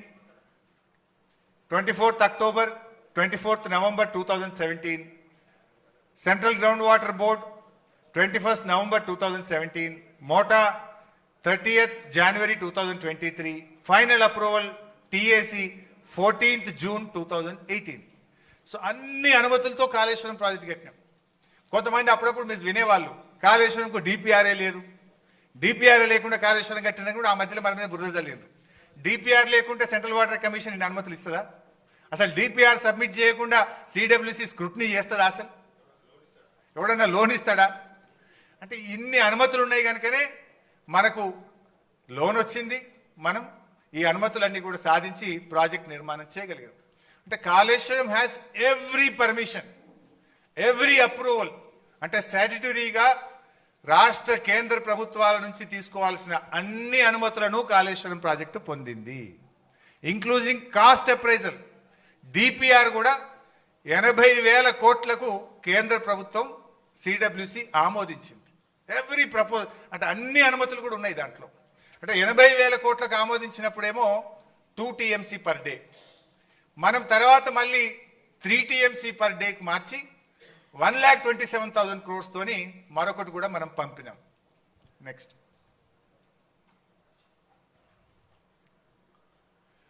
సో రీఇంజనీరింగ్తో గోదావరి నది ఎట్లా సజీవమైంది అనేది కూడా మనం చెప్పినాం.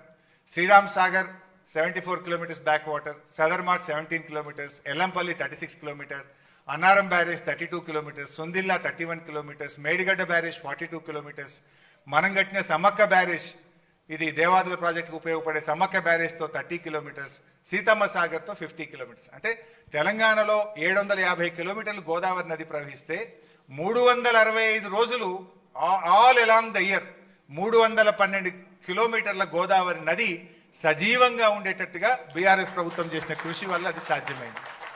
దానివల్ల ఏమైంది? 312 కిలోమీటర్లు ఎప్పుడు చూసినా నీళ్ళే ఉంటాయి. దాంతో మీ గ్రౌండ్ వాటర్ పెరుగుతుంది, ఫిషింగ్ యాక్టివిటీ పెరుగుతుంది, అనేక రకాలుగా రాష్ట్రానికి మేలు జరిగే విధంగా మనం ఇట్లా ఈ రాష్ట్రాన్ని ముందు చూపుతో తీసుకుపోయినటువంటి విషయం. నెక్స్ట్, ప్రాజెక్ట్ కాస్ట్ పెరిగింది అని కొంతమంది మాట్లాడుతున్నారు. ఐ కెన్ ఛాలెంజ్, మన రాష్ట్రంలోనే కాదు ఈ భారతదేశంలో ఎస్టిమేటెడ్ కాస్ట్తో ఒక్క ప్రాజెక్ట్ కూడా ఈ భారతదేశంలో ఇప్పటిదాకా పూర్తి కాలేదు. There is no project in the country. కానీ మన స్టేట్దే మీకు ఎగ్జాంపుల్గా చెప్పే ప్రయత్నం చేస్తున్నా. అంటే వీళ్ళు ఏం చేస్తుండ్రు? కాళేశ్వరం ప్రాజెక్ట్ కాస్ట్ పెంచిండ్రు అని చెప్తున్నారు. అసలు ఈ దేశంలో, ఈ రాష్ట్రంలో అతి తక్కువ పెరిగిన ప్రాజెక్ట్ కాస్ట్తో పూర్తి చేసిన project that is one and only project Kaleshwaram project. Nagarjuna Sagar 1954లో 122 కోట్లతో అంచనా వేసి ఎస్టిమేట్ చేసి పనులు స్టార్ట్ చేసిండ్రు. పూర్తయ్యే నాటికి 1183 కోట్లు, అంటే 9 రెట్లు పెరిగింది ప్రాజెక్ట్ కాస్ట్. 122 1183 కోట్లు అయింది. శ్రీరామ్ సాగర్ 40 కోట్లతో స్టార్ట్ అయితే 4300 కోట్లు అయింది. అది అంటే 107 టైమ్స్, 107 రెట్లు పెరిగింది శ్రీరామ్ సాగర్ ప్రాజెక్ట్. జూరాల, మహబూబ్నగర్లో కట్టిన జూరాల 70 కోట్లతో స్టార్ట్ అయితే పూర్తయ్యేసరికి 1815 కోట్లు, అంటే 25 రెట్లు పెరిగింది జూరాల. పులిచింతల 565 కోట్లతో స్టార్ట్ చేస్తే 1816 కోట్లు, 3.2 టైమ్స్ ప్రాజెక్ట్ కాస్ట్ పెరిగింది. దెన్ సింగూరు 29 కోట్లతో స్టార్ట్ చేస్తే 169 కోట్లు, 5.7 రెట్లు పెరిగింది. ఎల్లంపల్లి 900 కోట్లతో స్టార్ట్ చేస్తే 2048 కోట్లు, 5.7 రెట్లు, అంటే యాక్చువల్ ఇంకా మూడోది కూడా ఉంది సవరణ, 5.7 రెట్లు పెరిగింది. దేవాదుల ఇంకా పూర్తి కాలేదు, బట్ యాజ్ ఆన్ టుడే 6000 కోట్లతో స్టార్ట్ చేస్తే ఇప్పటికే 17,500 కోట్లు ఖర్చు అయ్యి 2.9 రెట్లు దేవాదుల పెరిగింది. మరి కాళేశ్వరంకి వస్తే 80,000 కోట్లతో డిపిఆర్ అప్రూవల్ అయింది. బీఆర్ఎస్ ప్రభుత్వం దిగిపోయే నాటికి అయిన ఖర్చు 94,000 కోట్లు మాత్రమే. 80,000 కోట్లతో ప్రాజెక్ట్ రూపకల్పన జరిగింది. అది 3rd TMC కూడా కలిపితే 1,27,000 కోట్లు ప్రాజెక్ట్ కాస్ట్ మనం ఫైనల్ కాస్ట్ వచ్చింది. హార్డ్లీ పూర్తయితే 1,50,000 కూడా దాటదు, అంటే డబల్ కూడా కాలే, నాట్ ఈవెన్ డబుల్, ఓ 2 రెట్లు కూడా కాలేదు. ఓన్లీ 0.5 పెరిగింది అంతే కాళేశ్వరం. మీరు ఏది చూసినా 9 రెట్లు, 107 రెట్లు, 25 రెట్లు, 3 రెట్లు, 5 రెట్లు, 5 రెట్లు, 2.9 రెట్లు. కానీ కాళేశ్వరం 0.5 మాత్రమే పెరిగింది. అంటే వీళ్ళు చేసేదంతా బట్టగాల్చి మీద వేసే ప్రయత్నము, దుష్ప్రచారం తప్ప కాళేశ్వరం ప్రాజెక్ట్ కాస్ట్ పెరిగిందనేటువంటిది శుద్ధ తప్పు. ఈ రాష్ట్రంలోనే అతి తక్కువ ఎస్కలేషన్తో ఒక ప్రాజెక్టు కట్టబడ్డది అంటే అది కాళేశ్వరం ప్రాజెక్ట్. నెక్స్ట్, సరే, ఈ మధ్య కాంగ్రెస్ వాళ్ళు చాలా పంట పండింది, కాంగ్రెస్ వచ్చినాక ఇంత పంట పండింది అని చెప్తున్నారు ఈ మధ్యలో. మీరు, నేను అడుగుతున్న సీదా ఒకటే ముచ్చట, కాంగ్రెస్ ప్రభుత్వం వచ్చినాక ఒక ప్రాజెక్ట్ ఏదైనా పూర్తి చేసిండ్రా? ఒక చెక్ డ్యామ్ ఏమన్నా కట్టినరా? ఒక్క చెరువు ఏమన్నా కట్టినరా? ఒక్క ఎకరానికి ఏమన్నా అదనంగా నీళ్ళు ఇచ్చిండ్రా? ఏంది అసలు మీరు చేసింది ఏంది? ఇవాళ ఇంత అద్భుతంగా పంట పండిందంటే 10 ఏళ్ల బీఆర్ఎస్ ప్రభుత్వము, కేసీఆర్ గారు చేసిన కృషి. మిషన్ కాకతీయలో చెరువులు బాగా చేసినాం, పెండింగ్ ప్రాజెక్టులు పూర్తి చేసినాం. మీకు ఇంకా బెటర్ ఇలా లేదు ప్రజెంటేషన్లో, కానీ బీఆర్ఎస్ 9.5 సంవత్సరాల్లో 2 ఏళ్ళు కరోనా వచ్చింది, పనులు జరగలే. అయినా 9.5 సంవత్సరాల్లో 17 లక్షల ఎకరాల కొత్త ఆయకట్టు ఈ రాష్ట్రంలో తెచ్చింది బీఆర్ఎస్. 30 లక్షల ఎకరాల ఆయకట్టు స్థిరీకరించింది బీఆర్ఎస్. అంటే మొత్తం 47 లక్షల ఎకరాలకు నీళ్ళు ఇచ్చినాం మనం. మిషన్ కాకతీయ ఒక చెరువుల కిందనే 10-15 లక్షల ఎకరాలు అదనంగా తెచ్చినాం మనం. అంటే 47 లక్షల ఎకరాల పంట అదనంగా పండిందంటే బీఆర్ఎస్ 9.5 సంవత్సరాల్లో సాగునీటి రంగంలో చేసిన కృషి వల్ల జరిగింది. దాని సోపతికి కేసీఆర్ గారు చేసిన అద్భుతమైన పని, 6 నెలల్లో చేసిన పని ఏంటంటే 30 లక్షల పంప్ సెట్లకు హైదరాబాద్లో హైటెక్ సిటీలో ఎంత నాణ్యతమైన కరెంట్ వస్తుందో ఒక మారుమూల పల్లెలో కూడా బాయికాడ, బోరుకాడ 24 గంటల నాణ్యమైన కరెంట్ ఇచ్చే ప్రయత్నం జరిగింది. చాలా మందికి తెలియంది ఏంటంటే కరెంట్ ఏదో మంత్రం వేస్తూ వచ్చిందో, ఒక ఓవర్ నైట్ జరిగింది కాదు. విద్యుత్ పంపిణీ వ్యవస్థను బలోపేతం చేయడానికి బీఆర్ఎస్ ప్రభుత్వ హయాంలో 1,00,000 కోట్ల రూపాయలు ఖర్చు పెట్టడం జరిగింది. 1,00,000 crores. అంటే 400 kV substations, 220 kV substations, 132 kV substations, 33/11 kV substations, additional distribution lines, distribution transformers, ఇట్లా కొన్ని 1,00,000 కోట్లు ఖర్చు పెడితే రైతులకు నాణ్యమైన 24 గంటల కరెంట్ వచ్చింది కనుక ఇవాళ ఈ పంట పండింది. కాంగ్రెస్ వాళ్ళు వచ్చినాక ఏమైనా కరెంటు మంచిగా చేస్తారా, నీళ్ళు ఇస్తారా? ఈ పంట పండింది అంటే మా ప్రభుత్వ కృషి వల్ల, కేసీఆర్ గారి ముందు చూపు వల్ల తప్ప మీరు చేసింది ఏమీ కూడా లేదు. సో ఇవన్నీ కూడా మనం మరి నిజంగా మీరు చేసింది గొప్పతనం ఉంటే 2014 ముందు కాంగ్రెస్ ఉంది కదా, మరి అప్పుడు ఎందుకో పంట పండలే? 2014 ముందు ఎందుకు పండలే? 2014 ముందు 68 లక్షల టన్నుల ఉత్పత్తి 2,70,00,000 ఎట్లా పెరిగింది? అదేవిధంగా అదేమో వరి, అన్ని రకాల పంటలు కూడా 1,07,00,000 నుంచి 4,65,00,000 రూపాయలకు ఇలా ఉత్పత్తి పెరిగింది. ఇవన్నీ కూడా వ్యవసాయ రంగంలో, సాగునీటి రంగంలో, నెక్స్ట్ చేపల ఉత్పత్తిలో ఎట్లా పెరిగింది అనడానికి, నెక్స్ట్ గ్రౌండ్ వాటర్ ఎట్లా పెరిగింది. ఇప్పుడు ఒక పరోక్షంగా ఏంది, గ్రౌండ్ వాటర్ పెరగడం ద్వారా 30 లక్షల పంప్ సెట్లు ఉన్నాయి తెలంగాణలో. భూగర్భ జలాలు పెరిగితే ఈచ్ పంప్ సెట్ కింద 2 ఎకరాలు వేసుకున్న 60 లక్షల ఎకరాలు పంట పండుతుంది కదా. మరి అంతకుముందు పెరగని గ్రౌండ్ వాటర్ ఎందుకు పెరిగింది? ఇప్పుడు చూస్తే మీరు ఓవరాల్గా 5.36 మీటర్స్ గ్రౌండ్ వాటర్ టేబుల్ పెరిగింది. ఎట్లా పెరిగింది? చెరువులు బాగా చేయడం ద్వారా, చెక్ డ్యామ్లు కట్టడం ద్వారా, పెండింగ్ ప్రాజెక్టులు పూర్తి చేయడం ద్వారా, రిజర్వాయర్లు కొత్తగా నిర్మించి నీళ్లు నింపడం ద్వారా, ఆయకట్టుకు నీళ్లు ఇవ్వడం ద్వారా, అదే అన్నాను, చెరువులు, మిషన్ కాకతీయ ద్వారా, ఇవన్నీ కలిపితే ఈ 5.36 గ్రౌండ్ వాటర్ పెరిగింది. ఇది మన రిపోర్ట్ కాదు, కేంద్ర భూగర్భ జలశాఖ ఇచ్చిన report, central ground water department ఇచ్చినటువంటి రిపోర్ట్ ప్రకారమే 5.36 మీటర్స్ గ్రౌండ్ వాటర్ పెరిగి తెలంగాణలో అద్భుతమైన పంటలు పండడానికి ఉపయోగపడ్డది. నెక్స్ట్, సరే కాళేశ్వరం మీద ఇవాళ రోజుకొకడు ఒక బీజేపీ నాయకుడు ఒక్కొక్క బీజేపీ నాయకుడు ఒక తీరుగా మాట్లాడుతుండు. ఆనాడు ఢిల్లీలో కేంద్ర జలవనరుల శాఖ మంత్రిగా ఉన్నది నితిన్ గడ్కరీ గారు. ఆ నితిన్ గడ్కరీ గారు హైదరాబాద్ వచ్చినప్పుడు ఏం మాట్లాడిండో ఒక్కసారి చూడండి. तेलंगाना एक प्रगतिशील, समृद्ध और संपन्न राज्य है. हम अक्सर एक बात कहते हैं, मैंने रिट्रोस्पेक्टिव इस प्रोजेक्ट के लिए दी और मुझे खुशी है कि ये डैम कालेश्वरम के कारण हैदराबाद की भी पानी की समस्या को सुलझाया गया है. కాళేశ్వరం వల్ల ఇలా హైదరాబాద్ సమస్య, తాగునీటి సమస్య తీరింది, అద్భుతమైన పంటలు పండుతున్నాయి, ఈ ప్రాజెక్ట్ గొప్పది అని అనేక సందర్భాల్లో చెప్పారు గడ్కరీ గారు. ఇది ఒక హైదరాబాద్లో మీటింగ్ చెప్పినటువంటి విషయం. నెక్స్ట్, ఆనాటి మన గవర్నర్ నరసింహన్ గారు కూడా ఏం చెప్పారో ఒక్కసారి మీరు చూడండి. ఈ ముక్తేశ్వర్, ఈ ముక్తినాథ్లో ఈ పెట్టిన ఈ ప్రాజెక్ట్ మన రాష్ట్ర ప్రజలందరికీ నీళ్లు, తాగనీళ్ళకి, ఇరిగేషన్ కి, ఇండస్ట్రీస్ అన్నిటికీ ఒక ముక్తి తీసుకొచ్చిన ఈ ముక్తినాథ్ భూమిలో తీసుకొచ్చే కాళేశ్వరం ప్రాజెక్ట్ కాబట్టి, సో కాళేశ్వరం ఎంత గొప్పగా పనిచేసింది అనేది వారు స్వయంగా విజిట్ చేసి చూసి, ప్రాజెక్ట్ను చూసి, ఆ రోజు ఈ ప్రాజెక్టు పనితీరును, ప్రాజెక్టు యొక్క ఫలితాలను అభినందించినటువంటి వ్యక్తి నరసింహన్ గారు.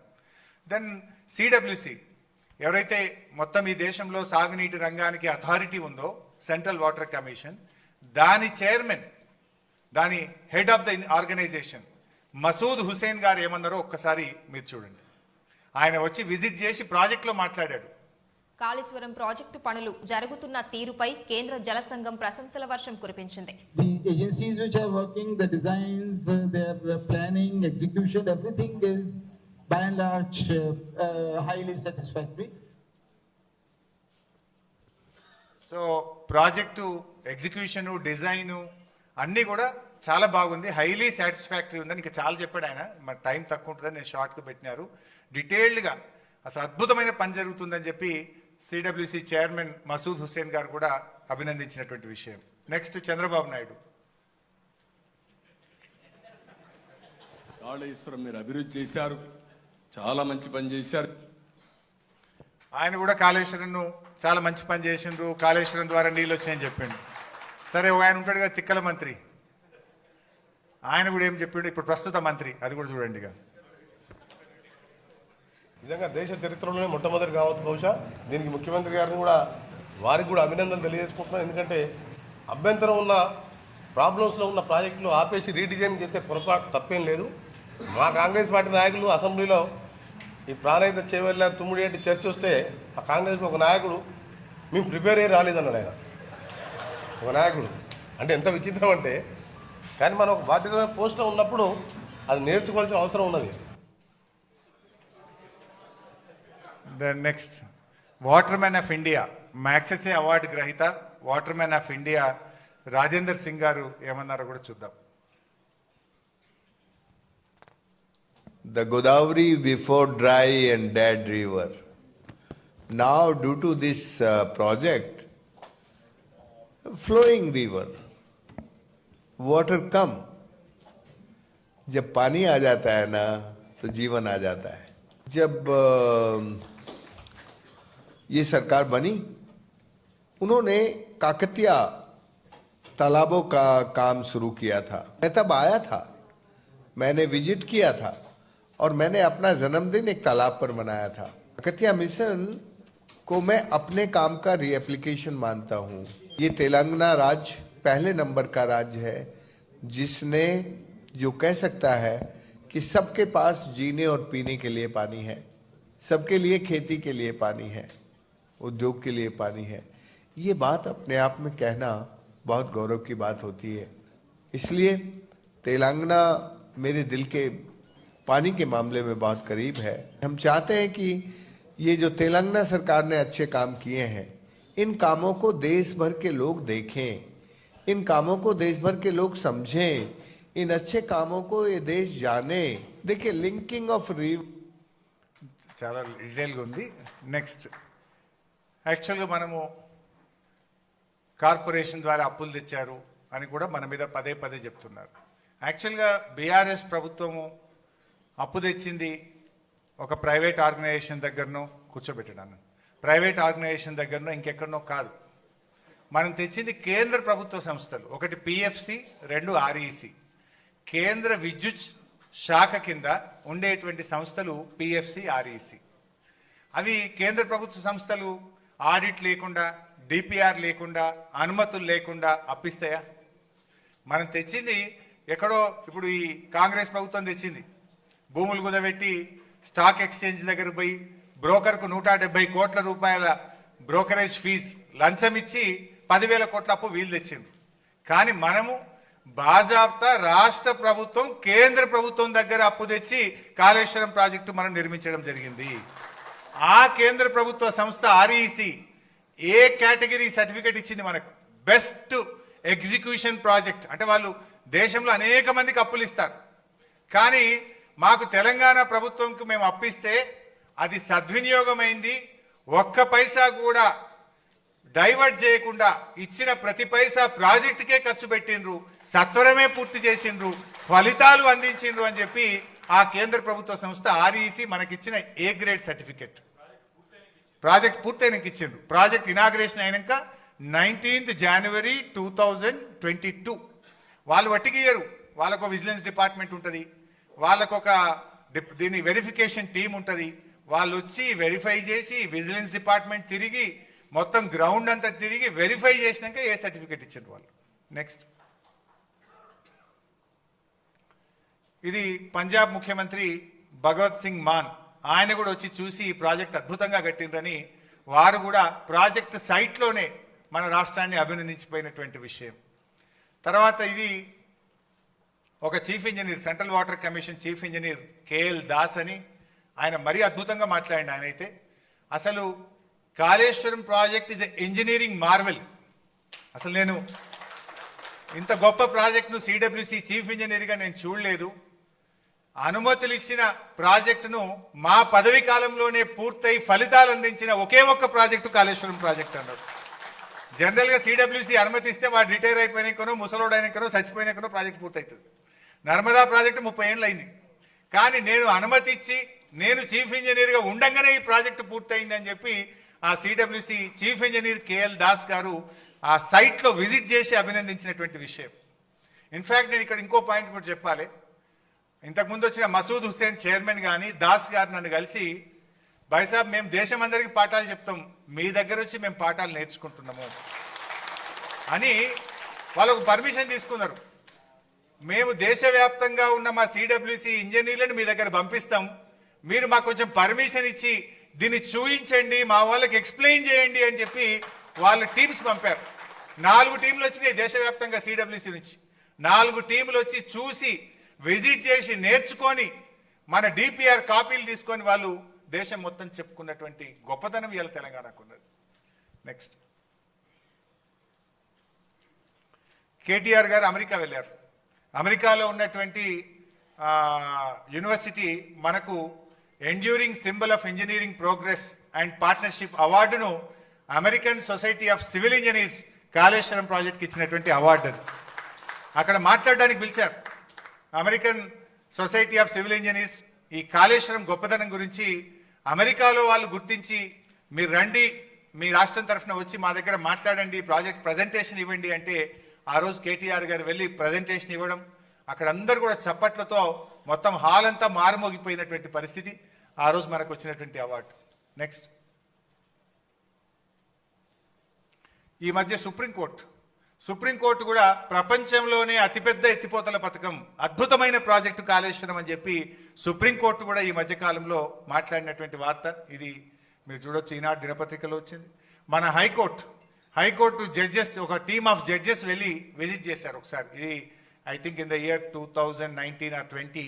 ఆ టైంలో వాళ్ళు వెళ్ళి అసలు కాళేశ్వరం అద్భుతం, ఇంజనీర్ల పనితీరు అభినందనీయం అని చెప్పి ఆ రోజు high court chief justice and team of judges కూడా వెళ్ళి మన ప్రాజెక్ట్ను అభినందించినటువంటి విషయం. నెక్స్ట్, సరే ఇందాక నేను చెప్పిన 1 ఎకరానికి నీళ్లు రాలేదు అంటే ఏ రకంగా నీళ్లు వచ్చినాయి అనేటువంటిది డీటెయిల్డ్గా ఇరిగేషన్ డిపార్ట్మెంటు అసెంబ్లీలో వైట్ పేపర్ సందర్భంగా ఇచ్చిండ్రు. ఇరిగేషన్ డిపార్ట్మెంటు కొత్తగా వచ్చిన కాంగ్రెస్ ప్రభుత్వానికి ఇచ్చినటువంటి రిపోర్ట్ ఇది. 20 లక్షల ఎకరాలకు కాళేశ్వరం ప్రాజెక్టు ద్వారా లబ్ధి జరిగింది. నెక్స్ట్, కాళేశ్వరం కుప్పగూలిందని ఎన్డీఎస్ఏ చెప్పిందని ఒక దుష్ప్రచారం చేస్తూ ఉన్నారు. వాస్తవానికి ఎన్డీఎస్ఏ ఏం చెప్పింది అనేది కూడా అక్కడ మనం మెన్షన్ చేసినాం. చాలా స్పష్టంగా చెప్పింది ఎన్డీఎస్ఏ. ఇది ఎన్డీఎస్ఏ రిపోర్ట్లో నుంచి చెప్తున్నటువంటి point. After obtaining the results from the various investigations and on opinion of the experts committee, the restoration of the block 7 of Medigadda barrage will be taken up and the barrage will be under operation. చాలా స్పష్టంగా వాళ్ళు 7th బ్లాక్ను తీసి మళ్ళీ కట్టడం ద్వారా బ్యారేజ్ను ఆపరేషన్లోకి తీసుకురావచ్చు అని ఎన్డీఎస్ఏ చెప్పినటువంటి నివేదికలో స్పష్టంగా ఉంది. కానీ వీళ్ళు కాళేశ్వరమే కుప్పగూలింది, మొత్తానికే పోయింది అంటున్నారు. ఎన్డీఎస్ఏ ఓన్లీ బ్లాక్ 7ను తీసి మీరు కొత్త బ్లాక్ మళ్ళీ కట్టడం ద్వారా దాన్ని ఆపరేషన్లోకి తీసుకురావచ్చు అని చెప్పి ఎన్డీఎస్ఏ తన నివేదికలో చాలా స్పష్టంగా చెప్పింది. ఇప్పటికి ఏడాది అర్థమైపోయింది. నెక్స్ట్, తర్వాత ప్రాజెక్ట్ నిర్మాణంలో నాణ్యత లేదు, డిజైన్లో లోపం ఉందని కూడా పదే మన మీద బురద జల్లే ప్రయత్నం చేస్తారు. కాళేశ్వరం ప్రాజెక్ట్ కట్టిన తర్వాత 2022వ సంవత్సరంలో గోదావరి నది 500 ఏండ్ల చరిత్రలో 500 yearsలో ఎప్పుడు రానంత వరద 29 లక్షల క్యూసెక్కుల వరదను తట్టుకొని ఆ మేడిగడ్డ బ్యారేజ్ నిలబడ్డది. నిజంగా డిజైన్ లోపం ఉంటేనో క్వాలిటీ లేకపోతేనో నది చరిత్రలో రానంత వరద, 500 ఏండ్లలో రానంత వరద 29 లక్షల క్యూసెక్కుల వరదను తట్టుకొని మేడిగడ్డ బ్యారేజ్ నిలబడ్డది. అంటే ఎక్కడ కూడా అటువంటి డిజైన్ లోపం లేదు. ఈవెన్ ఆ 2 పిల్లర్లు కుంగిన తర్వాత కూడా కాంగ్రెస్ పార్టీ మినిమం జాగ్రత్తలు తీసుకోక ఇది ఆయన కొట్టకపోతే బాగుండని ఇచ్చిపెట్టారు. అయినా కూడా 2023లో 15 లక్షల క్యూసెక్కుల వరద వచ్చినా కూడా మేడిగడ్డ చెక్కు చెదరకుండా నిలబడ్డదంటే అక్కడ ఎటువంటి నాణ్యత లోపం లేదు. యాక్చువల్గా ఒక ఎర్త్క్వేక్ కూడా వచ్చింది. ఈ మధ్య ఒక రిపోర్ట్ కూడా వస్తుంది, గోదావరి నది ఆ లోయలో ఒక ఎర్త్క్వేక్ కూడా వచ్చింది అనేటువంటిది ఈ మధ్య ఎన్ఆర్ఎస్ఏ వాళ్ళు కూడా ఒక రిపోర్ట్లో చెప్తున్నారు. సరే, what ever is the reason, earthquake వల్ల జరిగిందా, దేని వల్ల జరిగింది చిన్నపాటి 2 పిల్లర్ల కుంగుబాటు. అచ్చా, ఎర్త్క్వేక్ వచ్చిన దాని తర్వాత ఎర్త్క్వేక్ కూడా వచ్చింది. ఆ ఎర్త్క్వేక్ను తట్టుకొని కూడా అది నిలబడ్డది. సో ఎర్త్క్వేక్ వచ్చినా ఇబ్బంది రాలేదు, 29 లక్షల క్యూసెక్కుల వరద వచ్చినా ఇబ్బంది రాలేదు. అంటే ఆ ప్రాజెక్టులో ఎక్కడ కూడా నాణ్యత లోపమో ఇంకోటో లేదు. అది జరిగింది కేవలం 2 పిల్లర్ల కుంగుబాటు మాత్రమే. నెక్స్ట్. ఇక పదే ఎలక్షన్ల ముందు రాహుల్ గాంధీ నుంచి మొదలుకుంటే రేవంత్ రెడ్డి దాకా 1,00,000 కోట్ల అవినీతి జరిగింది, 1,00,000 కోట్ల అవినీతి జరిగింది అన్నారు. అసలు బీఆర్ఎస్ హయాంలో మొత్తం ప్రాజెక్టు మీద పెట్టిన ఖర్చే 94,000 కోట్లు. ఇక 1,00,000 కోట్ల అవినీతి ఎడికెళ్ళవుతుంది? అంటే ఎంత గోబల్స్ ప్రచారం చేసిండ్రు అనడానికి ఇది ఒక ఉదాహరణ. రేవంత్ రెడ్డికి పిల్లనిచ్చిన మామనే చెప్పిండు. ఆ వీడియో కూడా చూద్దాం. నెక్స్ట్ ఏం చెప్పిండో చూడండి ఒకసారి.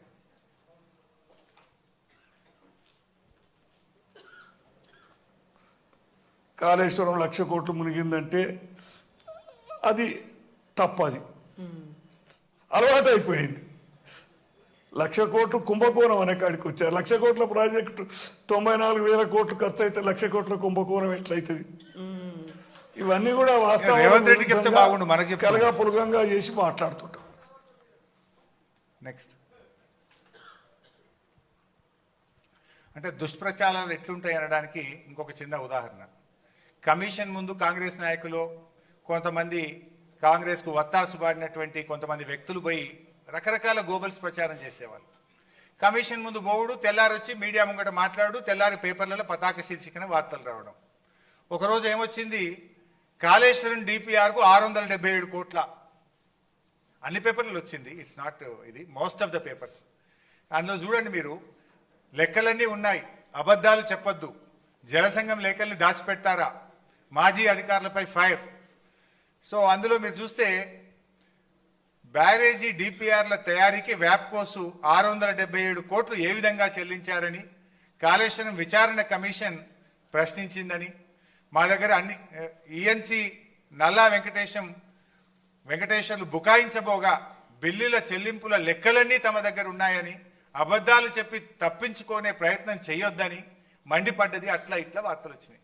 ఓ లే మ్యాన్ పేపర్లు చదివితే ఏమనుకుంటాడు, అది గంత తిట్టిండ్రు, లెక్కలు మా దగ్గర ఉన్నాయంటుండ్రు, ఆధారాలు బాగా ఉన్నాయంటారు, నిజంగానే 677 కోట్లు ఇచ్చిండ్రా అని అనుకుంటారు కదా. ఆ పక్కన జీవో చూడండి, జీవో నంబర్ 40 2016.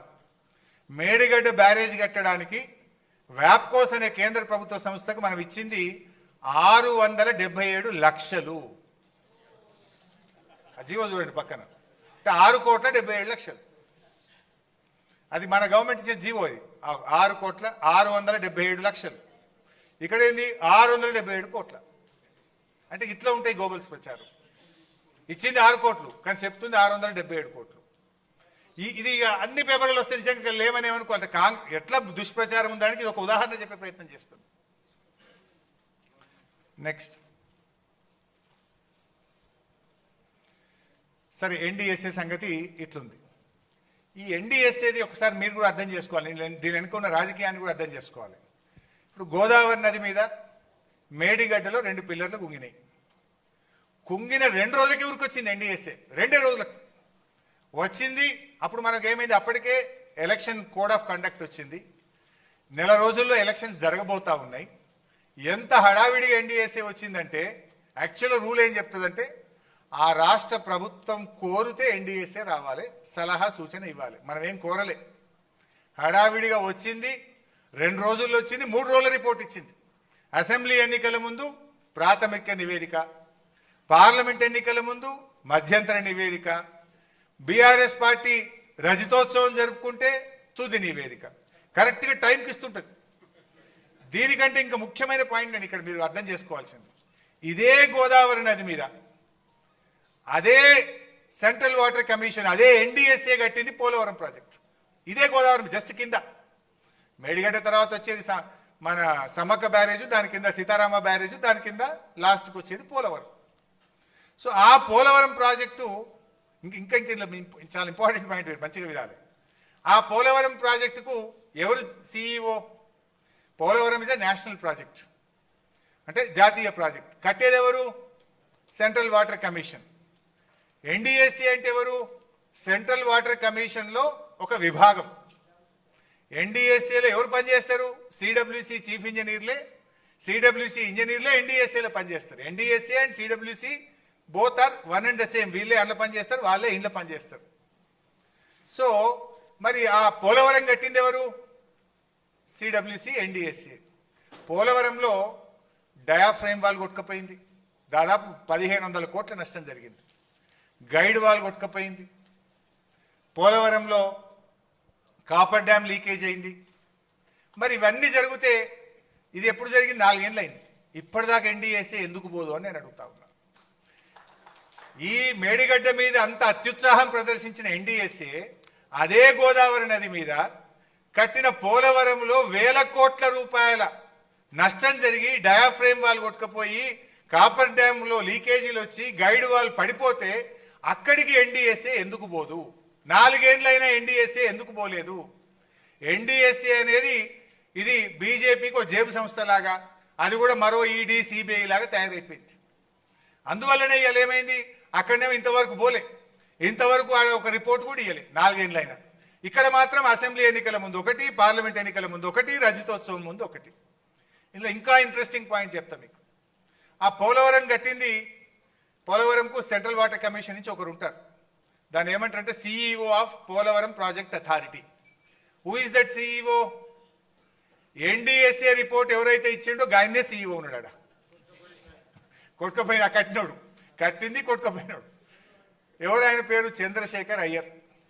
ఆ చంద్రశేఖర్ అయ్యరే పోలవరం ప్రాజెక్టుకు సిఇఓగా ఉండి ఆయన కడితే అది కొట్టుకపోయింది. ఆయన వచ్చి మేడిగడ్డ మీద రిపోర్ట్ ఇస్తాడు. ఇక is the chairman of this NDSA. ఎవరి నాయకత్వంలో అయితే పోలవరం కట్టి కొట్టుకపోతుందో ఆడికి ఎవడు బోర్డు రిపోర్ట్ ఇయ్యడు. ఆయన్నే తర్వాత పోలవరం నుంచి మన జిఆర్ఎంబికి చైర్మన్గా పనిచేసిండు, తర్వాత ఎన్డీఎస్ఏకి పోయిండు. ఇప్పుడు ఆయన రిపోర్ట్ ఇస్తాడు, ఇక దాన్ని మనం ఇప్పుడు ఆమోదించాలంటారు. అంటే ఎంత రాజకీయ దురుద్దేశం దీని వెనుక ఉంది అనేటువంటిది మీరు అర్థం చేసుకోవడానికి పనికి వస్తుంది. నెక్స్ట్, ఇక ఇది కూడా ఒకటి ఇంపార్టెంట్. ఆ మధ్య మన మీద అనేటోళ్ళు నది లేని చోట ఎవరన్నా జలాశయం కట్టారా? నది లేని చోట గంత పెద్ద మల్లన్న సాగర్ కట్టచ్చా? రిజర్వాయర్లు ఏడగట్టినా నది మీద కడతారు, కానీ నది లేని చోట కడతారా? భూకంపం వస్తుంది, లేకపోతే ఇది వస్తుంది, మొత్తం ఇదైపోతుంది అని చెప్పేటోళ్ళు. మన రాష్ట్రంలో నది లేని చోట ఇగో కండలేరు 68 టీఎంసీలు, గోరకల్లు 10, వెలుగొండ 41, వెలుగోడు 17, బ్రహ్మంగారి మఠం 17, అవుకు 7, అలుగునూరు 3, ఇక బొల్లంపల్లికి వద్దాం. ఇవన్నీ ఇన్ని రిజర్వాయర్లు ఆల్రెడీ నది లేని చోట ఉన్నాయి. ఇప్పుడు చంద్రబాబు నాయుడు కొత్తగా గోదావరి బంకచెర్లు అంటుండు కదా, అదే గోదావరి బంకచెర్ల మీద బొల్లంపల్లి దగ్గర 150 టీఎంసీల రిజర్వాయర్కి ఈరోజు ఆయన ప్లాన్ చేస్తున్నాడు. మరి మనం 50 టీఎంసీలది కడితేనే గంత పెద్దది కట్టాలనా? గన్ని ఊర్లు ముంచాలనా? గంత పెద్దది అవసరమా? నది లేని చోట కడతారా? భూకంపం వస్తుందని మాట్లాడారు. మరి ఇప్పుడు ఇవన్నీ గతంలో కట్టినాయి, మనకంటే పెద్దవి ఉన్నాయి 68. ఇప్పుడు 150 టీఎంసీలతో కడుతున్నారు. కేసీఆర్ గారు ఆ రోజు 100 ఏళ్ల ముందుకు ఆలోచించాడు. ఆయన రాజకీయం కోసం ఆలోచించలే. మల్ల రిజర్వాయర్లు కట్టలేం, హైదరాబాద్కు దగ్గరున్నది. రేపు హైదరాబాద్ త్రాగునీటి అవసరాలకు, పారిశ్రామిక అవసరాలకు మన మల్లన్న సాగర్ ఒక వరంగా ఉండాలని చెప్పి భవిష్యత్తు కోసం ఆలోచించి మల్లన్న సాగర్ కేసీఆర్ ఆ రోజు రూపకల్పన చేసి కట్టించారు. నిజానికి తక్కువ డబ్బుతో కట్టచ్చు, తొందరగా కట్టచ్చు, తొందరగా నీళ్ళు ఇచ్చి రాజకీయంగా లబ్ధి పొందొచ్చు. 4 రోజులు లేట్ అయినా సరే మల్ల ప్రాజెక్టు కట్టలేము. 100 ఏళ్ల ముందుకు ఆలోచించి 100 ఏళ్ల తర్వాత హైదరాబాద్ అవసరాలను దృష్టిలో పెట్టుకొని అంత పెద్ద అద్భుతమైన రిజర్వాయర్ను మల్లన్న సాగర్ కేసీఆర్ గారు నిర్మించారు. ఈ రోజు ఇవన్నీ ఇవాళ వాళ్ళు ఎందుకు మరి పిచ్చిలేసి 150 టీఎంసీలు ప్రతిపాదిస్తున్నారు బొల్లంపల్లి కాడ? మరి ఆడ ఏం నది లేదు కదా, గంత పెద్దది వాళ్ళు కడుతున్నారు కదా, మరి ఆడ భూకంపాలు రావా? ఆనాడు మన మీద చాలా మంది విమర్శలు చేసినారు, వీళ్ళు ఎవరు మాట్లాడతలేడు దాని మీద. టు అండర్స్టాండ్, మీకు అర్థం కావడం కోసం చెప్పే ప్రయత్నం. నెక్స్ట్, ఇందాక నేను చెప్పిన అదే మేడిగడ్డను రిటైర్డ్ ఇంజనీర్లు వ్యతిరేకించిండ్రా అనేటువంటిది అసెంబ్లీలో ఒకసారి రేవంత్ రెడ్డి మాట్లాడుతూ ఒక పేరాగ్రాఫే చదివిండి. అట్లా పైన పేరాగ్రాఫ్ చదవడు ఆయన. వాళ్ళు ఏం చెప్పిండ్రు అంటే మేడిగడ్డ నుంచి డైరెక్ట్గా మిడ్ మానేర్ పంపింగ్ సాధ్యం కాదు, దిస్ ఈజ్ నాట్ ప్రాక్టికల్ అన్నారు. కానీ మేడిగడ్డ దగ్గర నీళ్లు ఉన్నాయి, మేడిగడ్డ దగ్గర బ్యారేజ్ కట్టుకోవచ్చు, మేడిగడ్డ నుంచి మీరు ప్రత్యామ్నాయంలో ఎల్లంపల్లికి తీసుకుపోవాలి తప్ప డైరెక్ట్ మేడిగడ్డ సాధ్యం కాదన్నారు. దీని మీద కూడా దుష్ప్రచారం చేసిండ్రు. ఆ రిపోర్ట్ను కూడా ఈరోజు మీకు పెట్టడం జరిగింది. నెక్స్ట్, సరే ఇందాక కేటీఆర్ గారు కూడా చెప్పింది, ఇది కాంగ్రెస్ హయాంలో ఏం చేసి జరిగింది అంటే ఏడాది అర్థంలో ఒక ప్రాజెక్టు పూర్తయింది లేదు, కానీ పెద్దవాగు కొట్టుకపోయింది, వట్టెం పంప్ హౌస్ మునిగిపోయింది, సుంకిశాల కూలిపోయింది, ఎస్ఎల్బిసి టనల్ అయితే కుప్పకూలింది, అది మళ్ళీ పనికి కూడా రాదు ఇప్పుడు కాదు. ఆ ఏదైతే టీ బీమ్ మిషన్ ఉందో ఎస్ఎల్బిసిది అది కాదు, బయటకు రాదు, రిపేర్ కాదు. అంటే మొత్తం ప్రాజెక్టు భవిష్యత్తే ప్రశ్నార్థకమైంది. వీళ్ళ అవినీతి వల్ల, వీళ్ళ ఆగమాగం చర్యల వల్ల ఇవాళ ఎస్ఎల్బిసి ప్రాజెక్ట్ ఆగమైపోయింది. ఇవాళ ఇంకొక విషయం కూడా మీరు గమనించాలి. ఎస్ఎల్బిసి విషయంలో ఒకటి మాట్లాడుతుంటారు రేవంత్ రెడ్డి, బీఆర్ఎస్ 10 ఏళ్ళు పట్టించుకోలేదు, బీఆర్ఎస్ పనే చేయలేదు అంటాడు. బీఆర్ఎస్ హయాంలో ఎస్ఎల్బిసి ప్రాజెక్టు మీద 3,900 కోట్ల రూపాయలు ఖర్చు పెట్టాము. ఎస్ఎల్బిసి టనల్లో ప్రాజెక్టులో భాగంగా దిండి రిజర్వాయర్ కట్టినాము, పెండ్లిపాక రిజర్వాయర్ కట్టినాము.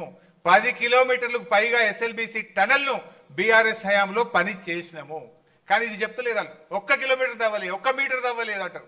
10 కిలోమీటర్ల టనల్ తవ్వినాం, దిండి బ్యాలెన్సింగ్ రిజర్వాయర్ కట్టినాం, పెండ్లిపాక రిజర్వాయర్ కట్టినాం. 3,900 కోట్ల రూపాయలు ఎస్ఎల్బిసి ప్రాజెక్ట్ మీద బీఆర్ఎస్ ప్రభుత్వం ఖర్చు పెట్టింది. ఇంకో క్లాసిక్ ఎగ్జాంపుల్, నిన్న పోయి గంధమల్ల ప్రాజెక్టుకు రేవంత్ రెడ్డి శంకుస్థాపన చేసిండు ఆలేరు కాన్స్టిట్యున్సీలో.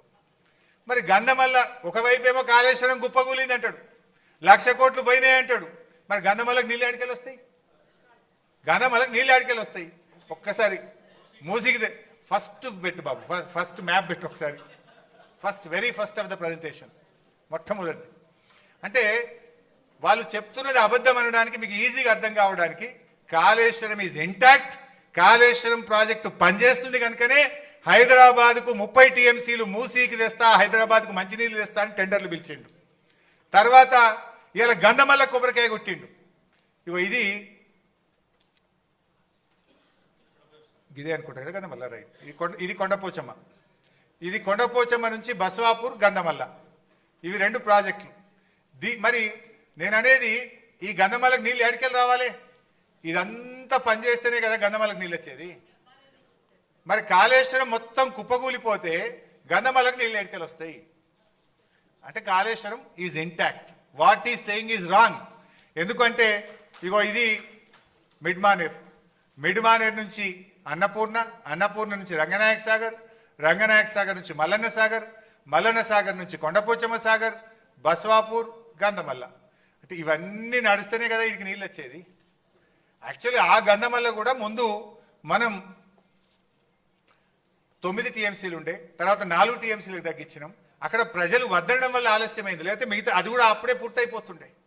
ప్రజల నుంచి రెసిస్టెన్స్ ఉండడం వల్ల స్లో అయింది. అంటే ఇలా కాళేశ్వరం మీద మొత్తం కూలిపోయింది అని రేవంత్ రెడ్డి చేసే ప్రచారం తానే చెప్పకనే చెప్పిండి ఏంటంటే కాళేశ్వరం ఇంటాక్ట్ ఉన్నది, కాళేశ్వరం పనిచేస్తుంది కనుకనే కాళేశ్వరం నుంచి హైదరాబాద్కి 30 టీఎంసీలు తెస్తా, మూసీలో నీళ్లు పోస్తా అంటుండు, గంధమల్లకు కూడా నీళ్లు తెస్తా అంటుండు. అంటే వాళ్ళే ఇలా కాంట్రడిక్టరీ ఉన్నటువంటి పరిస్థితి. నెక్స్ట్ లాస్ట్,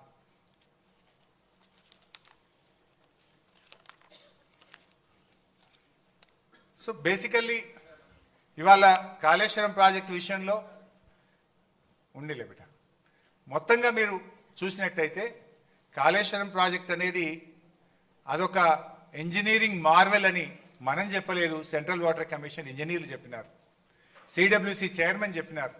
ఇప్పటిదాకా కాంగ్రెస్ ప్రభుత్వం ఏంటంటే ఆనాడు బీఆర్ఎస్ పార్టీకి మంచి పేరు వస్తుంది, బీఆర్ఎస్ పార్టీ రాజకీయంగా లబ్ధి జరుగుతుందని బురద జల్లే ప్రయత్నం చేసిండ్రు. మరి అప్పుడు బురద జల్లేం కనుక ఇప్పుడు ఏదో ఒక విచారణ పేరు మీద విజిలెన్స్ అనో కమిషన్ అనో పెట్టి తాము చేసిన ఆరోపణలను నిజమని చెప్పించుకోవడానికి తాపత్రయపడుతుంది. రాజకీయంగా ఆలోచిస్తున్నారు తప్ప ప్రజల ప్రయోజనాల గురించి ఆలోచించడం లేదు. సో కాళేశ్వరం ఎందుకు రీఇంజనీరింగ్ జరిగిందో మీకు అర్థమైంది. అసలు బీఆర్ఎస్ ఎంత ప్రయత్నం చేసింది ప్రాణహితను కంటిన్యూ చేయడానికి చెప్పినాం. రీఇంజనీరింగ్ ఎందుకు జరిగిందో మీకు ఎక్స్ప్లెయిన్ చేసినాం. కాళేశ్వరం ఎంత ఇంటాక్ట్ ఉంది అంటే కేవలం ఇన్ని పియర్స్లో 85 మేడిగడ్డ దగ్గర, సుందిళ్లలో 74, అన్నారంలో 64, ఇన్ని పియర్స్లో 2 పియర్స్ కొంగినాయి తప్ప ఎవ్రీథింగ్ ఈజ్ ఇంటాక్ట్. సో ఇట్లా ఈ దుష్ప్రచారాన్ని మీరందరూ కూడా ప్రజలకు మనం వాస్తవాలు చెప్తూ ప్రభుత్వం మీద ఒత్తిడి తేవాల్సిన అవసరం ఉంది. ఇప్పుడు ఇలా లాస్ట్ ఇయర్ వర్షాలు బాగుపడ్డాయి కనుక ఇబ్బంది రాలే, మనం మిడ్మానేర్ నుంచి ఆపరేట్ చేసినాం. అనుకోకుండా ఒక డ్రౌట్ ఇయర్ వస్తే ఇలా కాళేశ్వరం మీద ఏంటంటే హైదరాబాద్కు 30 టీఎంసీల మంచినీళ్ళు, ఎన్ రూట్ విలేజెస్కు 10 టీఎంసీలు మంచినీళ్లకు, 16 టీఎంసీలు ఇండస్ట్రీకి వాడతాం. రేపు ఎక్కడన్నా కరువు వస్తే హైదరాబాద్ మంచినీళ్ళకి ఇబ్బంది అవుతుంది. ఎన్ రూట్ విలేజెస్ మేడ్చల్, కరీంనగర్, సిద్దిపేట్, మెదక్, జనగాం ఈ జిల్లాలకు మంచినీళ్ళకి ఇబ్బంది వస్తుంది. అండ్ ఇండస్ట్రీస్కి ఇస్తున్నటువంటి 16 టీఎంసీలతో కూడా ఇలా కోకోకోలా కంపెనీ వచ్చింది అక్కడ పెద్దది ములుగు ప్రాంతంలో. అట్లా వాటన్నిటికీ అనేక ఇండస్ట్రీస్ కూడా నీళ్ళు ఇస్తున్నాం. రేపు దానికి కూడా ఇబ్బంది వస్తుంది. అంతా ప్రభుత్వం బేషిజాలకు పోకుండా వెంటనే దాన్ని రిస్టోర్ చేసినట్టయితే రేపు ప్రతికూల పరిస్థితుల్లో కూడా ఈ రాష్ట్రానికి కల్పతరు కాళేశ్వరం ప్రాజెక్టు. సో అలాంటి ప్రాజెక్టు మీద ఇంకా చిల్లర రాజకీయాలు మాని, చిల్లర ప్రచారాలు మాని, బేషిజాలకు పోకుండా ఇలా ప్రాజెక్టును రూపకల్పన చేయాల్సిన అవసరం ఉంది. సరే, అల్టిమేట్గా మనం ప్రజా ఉద్యమాలు చేద్దాం, ఒత్తిడి పెంచుదాం. ఎందుకంటే ఇలా మనం చెప్పిందల్లా కూడా కాంగ్రెస్ దుష్ప్రచారాలను పటాపంచలు చేయడం తప్ప ఇంకోటి లేదు. ఇలా కమిషన్ ముందుకు పోవడానికి ఏదో భయపడుతున్నా. ఎవరు భయపడుతున్నారని చెప్పింది నీకు? రేవంత్ రెడ్డికి. తప్పకుండా కాళేశ్వరం కమిషన్ ముందు మేము వెళ్తాం, మీరు చేసిన దుష్ప్రచారాలన్నీ కూడా పటాపంచలు చేస్తాం. దానికి ఎవరు భయపడేది లేదు. ప్రాణత్యాగానికే సిద్ధపడ్డ నాయకులు ఇలాంటి మీరు చేసే చిల్లర తాటాకు చప్పులకు భయపడే నాయకత్వం బీఆర్ఎస్ నాయకత్వం. డెఫినెట్గా మీరు చెప్పిన అబద్ధాలు, గోబల్స్ అన్నింటినీ కూడా పటాపంచలు చేసి నిజాలన్నీ కాళేశ్వరం ముందు చెప్తామని చెప్పి కూడా మేము ఈ సందర్భంగా తెలియజేస్తూ, ఇంకేమైనా క్వశ్చన్స్ ఉంటే, ఏమైనా డౌట్స్ ఉంటే మీరు అడగండి. క్లుప్తంగా నేను I try to conclude. Anybody?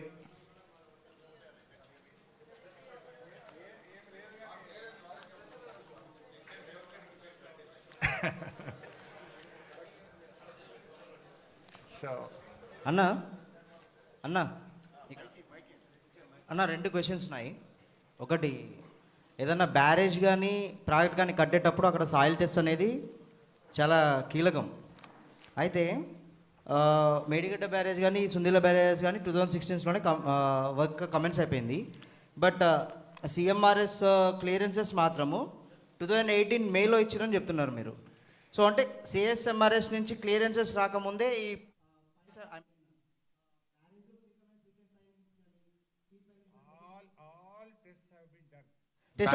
చెప్తాయి.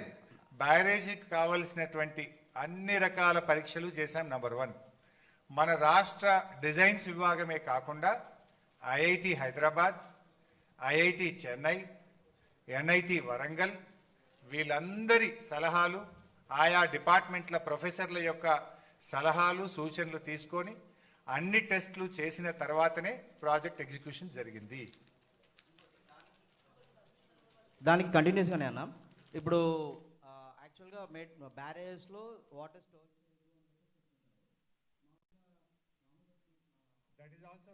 అన్న నేను చెప్తాను. నేను ఒకటి నాకు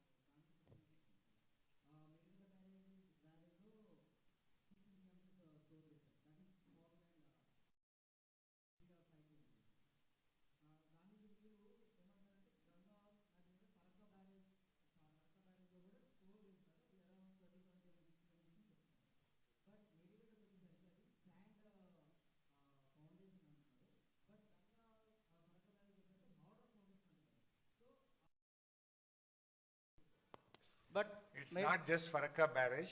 There are many barrages on sand. దేశంలో అనేక బ్యారేజీలు కట్టారు, అవన్నీ కూడా ఇంటాక్ట్ ఉన్నాయి. ఇది కేవలం కొద్దిమంది మా విమర్శకులు చేసేటువంటి ప్రచారమే తప్ప ఇక్కడికి అటువంటిది ఇంకోటి ఏం లేదు. అండ్ ఇంకోటి, this was not decided by you are మీ. ఎవరు ఇచ్చారు అది? వ్యాప్కోస్. వ్యాప్కోస్ ఎవరు? It's a central government organisation, part of CWC. అక్కడ బ్యారేజ్ కట్టొచ్చు అని బ్యారేజ్ను రూపకల్పన చేసింది, బ్యారేజ్ నిర్మించడానికి స్థలాన్ని ఫైనల్ చేసిందే సెంట్రల్ వాటర్ కమిషన్ యొక్క సబ్సిడరీ సంస్థ వ్యాప్కోస్. Neither it is decided by you are me are the state government. It is decided by CWC, వ్యాప్కోస్ and central government.